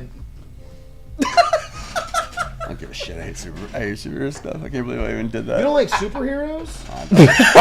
They're not What the real. fuck is wrong with It's you? all a response to 9/11 psychologically. It's pathetic. What yours is? I feel like the All superheroes superheroes- started before 9/11. No. Batman was before 9/11. No. Batman was pre-World War II. The popularity. Okay. Batman was popular The in Marvel. the 90s. No, I mean Like the Avengers and stuff. Yes, Okay. is all a psychological response to 9/11. So? Well, I mean, Iron Man so? would have So stopped why it. does that make you not like superheroes? Because Where were they then? that's literally the was point. Tony Stark That's, no, that's literally that's He's the in a cave. psychological thing. with scraps? It's just like, why didn't somebody stop this? Or should have been someone here to stop it. Well, actually, the president orchestrated it, so they wouldn't get the phone call. All right. I love maybe George there W. was, maybe there was a bigger threat The somewhere canceled else. Doctor Strange movie where he caused 9/11. But maybe there was a bigger threat somewhere else, and you just don't hear There- about there it wasn't. because maybe they took down United 93. Maybe they didn't let that one hit the Pentagon. That's or whatever true. it was. Maybe that's what it was. No, a missile hit the Pentagon. Wait, what happened? A missile. No, but United 93 was going to hit something. What I'm saying, whatever. The White House. Yeah, the White. That's the one. White House. That's They the didn't- one. They didn't let it hit the White House. Wasn't superheroes. You don't know. You don't Iron know Man that. didn't do that. Yeah, he could have been wearing How glasses. do you know? Yeah, you don't know. He could have been wearing I don't know. glasses. Okay, how the superhero would have like magically appeared on a plane? Well, yeah, that's what they. That's do how with they work. They're superheroes. superheroes. Yeah. It's like the whole point. They kind of fly up to it, and rip the door off. So the one real What are you talking superhero about? just did that, and then he was like, "I'm done." They didn't Yeah, he fly ran up out to of the time. cockpit and be like, Al stopped Qaeda, and I'm here for he was you. like, Like they honestly, just do their He was thing. like, "That's kind of exhausting. I don't think I'm gonna do that again." No, No, you didn't have time. It was very well orchestrated. But like nothing else after No that. one knows who You I saved the was one. until I You wore the mask. Tommy Lee Jones and Josh Brolin. Did you see Aneka Okongwu's mask that he had to wear in a game? Oh, the Bane mask? He literally wore a Bane mask like as a protective. That was pretty cool. Oh, great. It was, dude. It was so awesome. Like no one knew who I was until I wore the mask. See, like you don't like that movie? No, I like the Christopher Nolan Batman movies. So you're a fucking hypocrite. I'm not. Oh, I Batman. thought you said you don't like superheroes. Is Batman actually I a don't like- superhero? He's a I don't normal like- man. Batman's a superhero. I Don't I get like me the into this. MCU. Okay, Okay, that's different. understandable. That's Okay. different. I Okay, love but the you MCU, like, but I you get like that. Batman. Yeah. Okay, Batman's a shit. I What think- about like Star Wars? Okay, Star Wars. Okay, is what shit. about so you don't No, like but it's MCU? kind What of in about that Superman? same like genre. Superman's Superman DC. fucking I blows. like the most I don't really recent like Superman. Superman The most for the- recent Superman movie was good. I would rather be. Okay. The what's his name? Why can't I think of it? James Gunn? David Corrin Sweat. Yes. Well, see, because that's the thing. Well, the reason you hate Superman was like he was the first idea. It was like Or would you just have it everything? was just the first one that popped in the head. It was like, They're like, okay, what if he's really good at everything? Superman, he can blow ice, he shoots laser Lasers rays out of his Yeah, eyes. it's just sort of like whatever situation came up, they're like, yeah, You can do figure that. unless it's a rock from a different Like, planet. okay, Then his they girlfriend started died, getting but more he spins more the world backwards. creative with their Yeah, superheroes. you paint yourself now like everyone some has corners. like you have your one thing. I mean, Spooderman is the best. You know how many kids got bit by spiders because of that? Me. Yeah. I mean, everybody would try it. I love Spider-Man. Me too. Spider-Man's If I shit. Spider-Man Did people is not awesome. understand that the spiders had to be radioactive? no, Any no, spider. Of course not. no. How the Just- fuck? I'm 8. It's not just. That's oh, the- yeah, How that's do what I I'm find saying, a yeah. radioactive spider? Okay, but you have enough to know that you need to be bit by a spider. But Oh, I hear Venom, you and I listen to think the maybe. 3 words before Yeah. spider. They best Spider-Man. Tobey Maguire. I'm a big fan of the new boy He is good. No, Tom Holland is great. It's not a. because you can tell that he's doing a lot of like he's not Those actually are the Spider-Man. best movies. Well, I think he's the most athletic Spider-Man. Those are also some Yeah. of the MCU movies that I'm okay. I'm cool with those. I like The those. Spider-Man ones. So which ones do you hate? Every other one. Except Iron for Man? Iron Man. No, like the first and third Iron Mans. Which one was the second one? The second one is kind of. Which one's the second one? Yeah, with the. That's the one with Whiplash. Rhodey. But then, yeah, then they lose me for the whole next everything. Oh yeah, I don't even do that. I didn't know The there's an second Iron one's Man Justin Hammer, isn't it? Well, it was. Yeah. It's in the second one, Whiplash with like. No, I think the third one is Whiplash. I thought the third one Oh was. no, wait. Which one is the one with the kid with the barn? Maybe I got them backwards. I don't know, but That's the second one. No, I think Justin Hammer is the second one. Sam Rockwell? Justin 'Cause that's Hammer the is one the with second Rhodey. one. Yeah, that one's good. Well, the third one's the one with like the fake terrorist guy, and then. Oh, the yeah, other they kinda- guy they kinda- that became Mickey like Rourke. a Is Is there not superhero 4? guy. Mickey Rourke is in 2. he's in 2. That's Yeah, okay. that's Mickey a good Rourke is one. Whiplash. Then I don't Yeah. know which That's the one's second good. one. Yeah, yeah. Iron Man 3. They Because kind the of second like one starts I with like Whiplash. Oh, on the Justin racetrack. Hammer and Whiplash are in the Same one. movie, yeah. Okay, Yeah, that's yeah, what yeah. it is. Okay, That's yeah, what yeah, it is. yeah. there's a like that 4th one. Iron Man. There's because I was thinking of 4 bad guys. But and 2 of them are in the two same of them are in movie. the same movie. Yeah. I just googled Iron Because Man the 4. third one is like the where he has all the Iron Man suits. Yeah, shoot yeah, up in the yeah. air and they fight. Yeah, That's too the one much. with the kid with the in the barn. Yeah. That's Yeah. too Yeah. much. That one's too much. Because in the barn is after Avengers. Because in Avengers, Yes. when he goes up in the portal, he Yes. has like PTSD from it when he's talking to Right. the kid. Yeah, Yes. and they made Gwyneth Paltrow and Don Cheadle be stars. Well, Gwyneth Paltrow They've goes from always being been like his stars, assistant bro. to That's what I'm yeah. saying. She should have. I mean, Pepper give that. Potts? Yeah, what's her name? Dottie. Dot. Pepper. Pepper. Dottie. He just said it. No, but Dottie was such a good like Pepper to like Dottie. It's nowhere close, but like I see where you Yeah, were going with it it. does. You know what I mean? Yeah, like, it's It should have been. It's what He some of goes. the 40s Jonathan movies goes called. Pepper Potts, and Lloyd goes, "Yeah, what's her name?" Yeah, what's her name? Dottie? Well, then I thought Dottie Pepper from the Golf Channel. Nice. Is that actually a person's name on the Yeah. Golf Channel? It was just funny. You're like, yeah, Pepper Potts. What's her name? Dottie? Gwyneth Paltrow sells her vagina As a candle. Yeah. and makes her own sourdough. You didn't She was like, in, Infinity War or Endgame? Marty Supreme. What? I haven't seen it. She's the love interest in Marty Supreme. Gwyneth My Paltrow? best friend loves all those movies. It's like his favorite thing, and Well, it's like the one thing in our like. I'm not in gonna the world act like we I'm like a completely nerd about it or disagree anything, but on. they're good. What, movies. MCU? Like Infinity War and Endgame. Oh my gosh. Oh, yeah. I Excellent. just don't. Dude. I just don't care. Well, Excellent. I just don't the care. yeah, well, Like, yeah, oh, you're gonna fight and it's gonna be okay. Dude, when Oh, they they all die. come back from the portal and Captain America, you cry. They can't When even Captain really America kill him. gets the They gets can't the even really kill Thor's him. hammer, You tear up. They don't have the balls. the to fat actually kill Albert them. that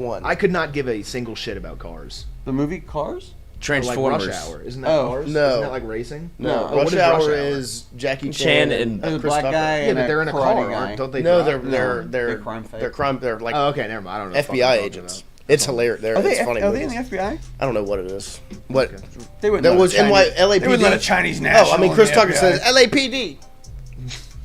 I love Chris Tucker. Do more. Do you understand the words that are coming out of my mouth? Ain't nobody understand the words that are coming out of your mouth. Never touch a black man's radio. I want some Mushu. More white guys doing Chris Tucker, please. I only know that from Michael Scott doing it in The Office. Never touch a black man's radio. That's I from a don't real even movie. know it as the Chris Tucker and does Jackie it. Chan. Jackie Chan gets The handcuffed to a steering wheel. The Alien movies. That's mine.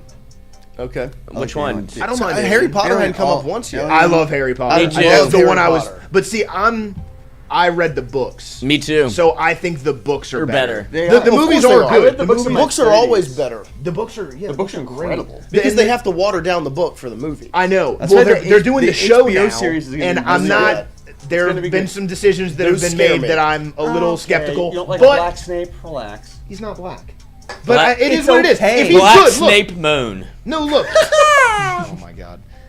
If he's good as Snape, I can forgive it. I just Well, want it to the- be the- good. Snape's a it's- vibe. Well, no, exactly. Yeah, vibe. but he just did such a good job with it. It's hard to think of it. No, anybody. Alan Snape Rickman, was right, of Snape course. was excellent. But if Of course. Cillian Murphy's going to be Poor guy. Voldemort, I'm in. Of course. No, that would be. That's the thing is who is going to be Voldemort. It's the best choice. They they have could to do made. better for Voldemort because that was. He not, was good at it though. It was funny. No, the actor then was good. Ray but Fiennes? Yeah, he's great. He was Fiennes good. is- The actor was good. Yeah, but yeah. They need to do better at like his design. He needs to 'cause kill It wasn't more. like he was in the book. Yeah, he yeah. needs to be more like less of a pussy. Yeah. Basically. Well, he needs and to be like Thanos. Like, they where it's like- ruined the sixth movie because the I sixth, hate that with the fetus. it's the best book and Uh-huh. it's the worst movie because they made it about Lavender and Ron Weasley fucking. Lavender? And it's meant to be like Voldemort's backstory, which Right. is the greatest part of the entire I love a series. villain. 100%. Yes, the villain makes every. agree. I like a villain more than I like a hero. Me too. That's why I love the boys. Oh, that's- Yes, yeah. the Batman when boys. you have Joker and the Bane, Of like course. that's what Oh, makes Star it. Wars. I mean, Star Wars. Exactly, Darth Vader. I mean, he saves the movie when he comes up with it, Yeah, and that's all you really see. And he kills a bunch of people. and then in And the villain is so good in the Darth Maul. 3 that then Awesome. now when you watch the prequels, now you're seeing how Darth Vader was created, and it Yes. makes it awesome. and that's what makes the third one what makes great Revenge is of the because Sith- Anakin goes from a good guy to a bad guy, and you're like, It's a great story. It's a story Dude, arc. these movies are Incredible. They're a little stiff. You were supposed to kill you. destroy I'll the. kill you You right were now. supposed to destroy the Sith, not join them. I love the pod racer. Little shit. Yeah. And The a little first prodigy. two- You've turned her against me. I will. The first two aren't the greatest. They're poorly acted. Who is And the dialogue is just like. Revenge of the Sith is the greatest movie of all time. I'm quite sad because I am now. Revenge of the Oh Sith. yeah, who plays Anakin? Hayden The- Christensen. Bad at it. Who's the girl? Natalie Natalie Portman. Portman? Yes. She's just bad. The girl, Natalie at it. Portman. Natalie Portman's like one of the most famous actresses ever. But She's good in that one. And so is Padme. she can. That was terrible. Seeking That was Padme. so bad.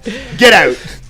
Who's the with the purple lightsaber? Mace Windu. Mace Windu. Who plays him? Samuel L. Jackson. Awesome. Whose mom are you that you don't know any actor names? You didn't know Natalie Portman and Samuel L. Jackson. I know who they are, just not thinking of them right now. Now I am.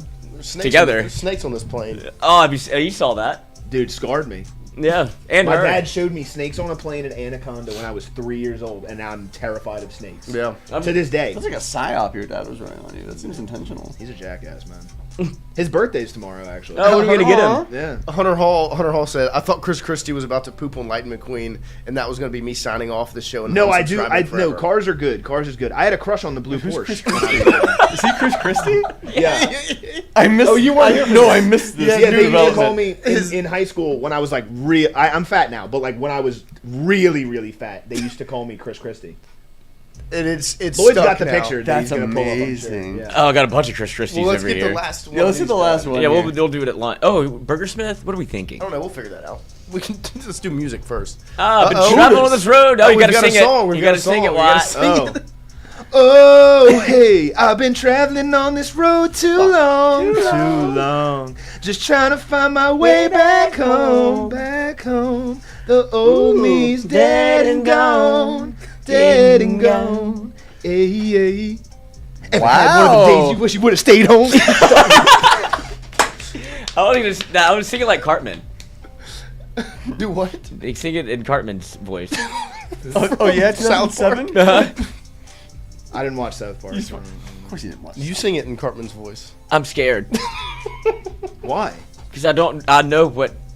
Just do Cartman's voice. I can't right now. Yeah, I knew that's why you're scared of it. Do Cornholio. I put my shirt over my head. Yeah. But it's you sang the word, the title of the song. Oh, Dead and Gone. Yeah. I mean, look. Type it in, Cartman. Is it Chris C. Veal Jr.? The car was hot. Like, what's her name? What's the blue Porsche's name? I don't remember. This was Cars 2? Okay, 3? No, it's Cars 1. The weirdest thing about Cars is that they wrote all that. Sally back history Carrera. Sally. to where they have like champions till like 1935. Wait, say it again. Cars, they wrote all the back history of who won like the ultimate car race. Yeah, the Piston Cup. So they go all the way back to like the 30s. Mm-hmm. Yeah. And then in the middle, like Dale Earnhardt wins one. Mario Andretti, like these cars just took on, I guess, their human souls. I love that. Fuck you. It's weird. That would be Dale awesome. Earnhardt. But then, like, it's, then they got all these, but they did every single one, every single Piston Cup. They, like, took the time to do that. Yeah. Well, now I kind of like it. What they awesome. should do is they should make prequels with some of those cars. I would actually like to see that. I'd love to see a Doc Hudson prequel. Oh my gosh, it'd be excellent. Yeah, Doc. Oh, I just don't want to see the Piston ones Cup. where it's the human cars. Those are creepy. I don't want to see a Dale Earnhardt. Like, when Dale Earnhardt was a car that I would won. love to see a Dale Earnhardt. And, like, Mario Andretti and won. I don't...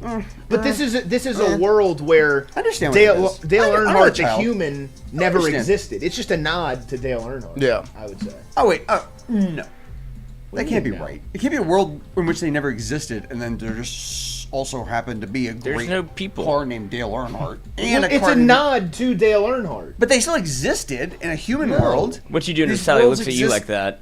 No, pull up the clip where she like from behind. Yeah, what's her ass Oh like? God! Where when she like the clip when she hits like the when she puddle. hits the puddle and he gets like shit in his face.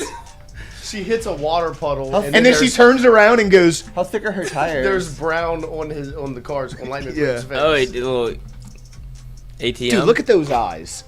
tight little piston. Yo, that's crazy. We done? This is why we're gonna have to put this segment of the show on Patreon behind a paywall for all you 53 people that are in here. Chef asked a question in the chat. I had a lot of Are you crushes looking on at like. this? Get that. All right, we're done. We're closing. We'll see you guys tomorrow morning, 8 to 10 a.m. Goodbye.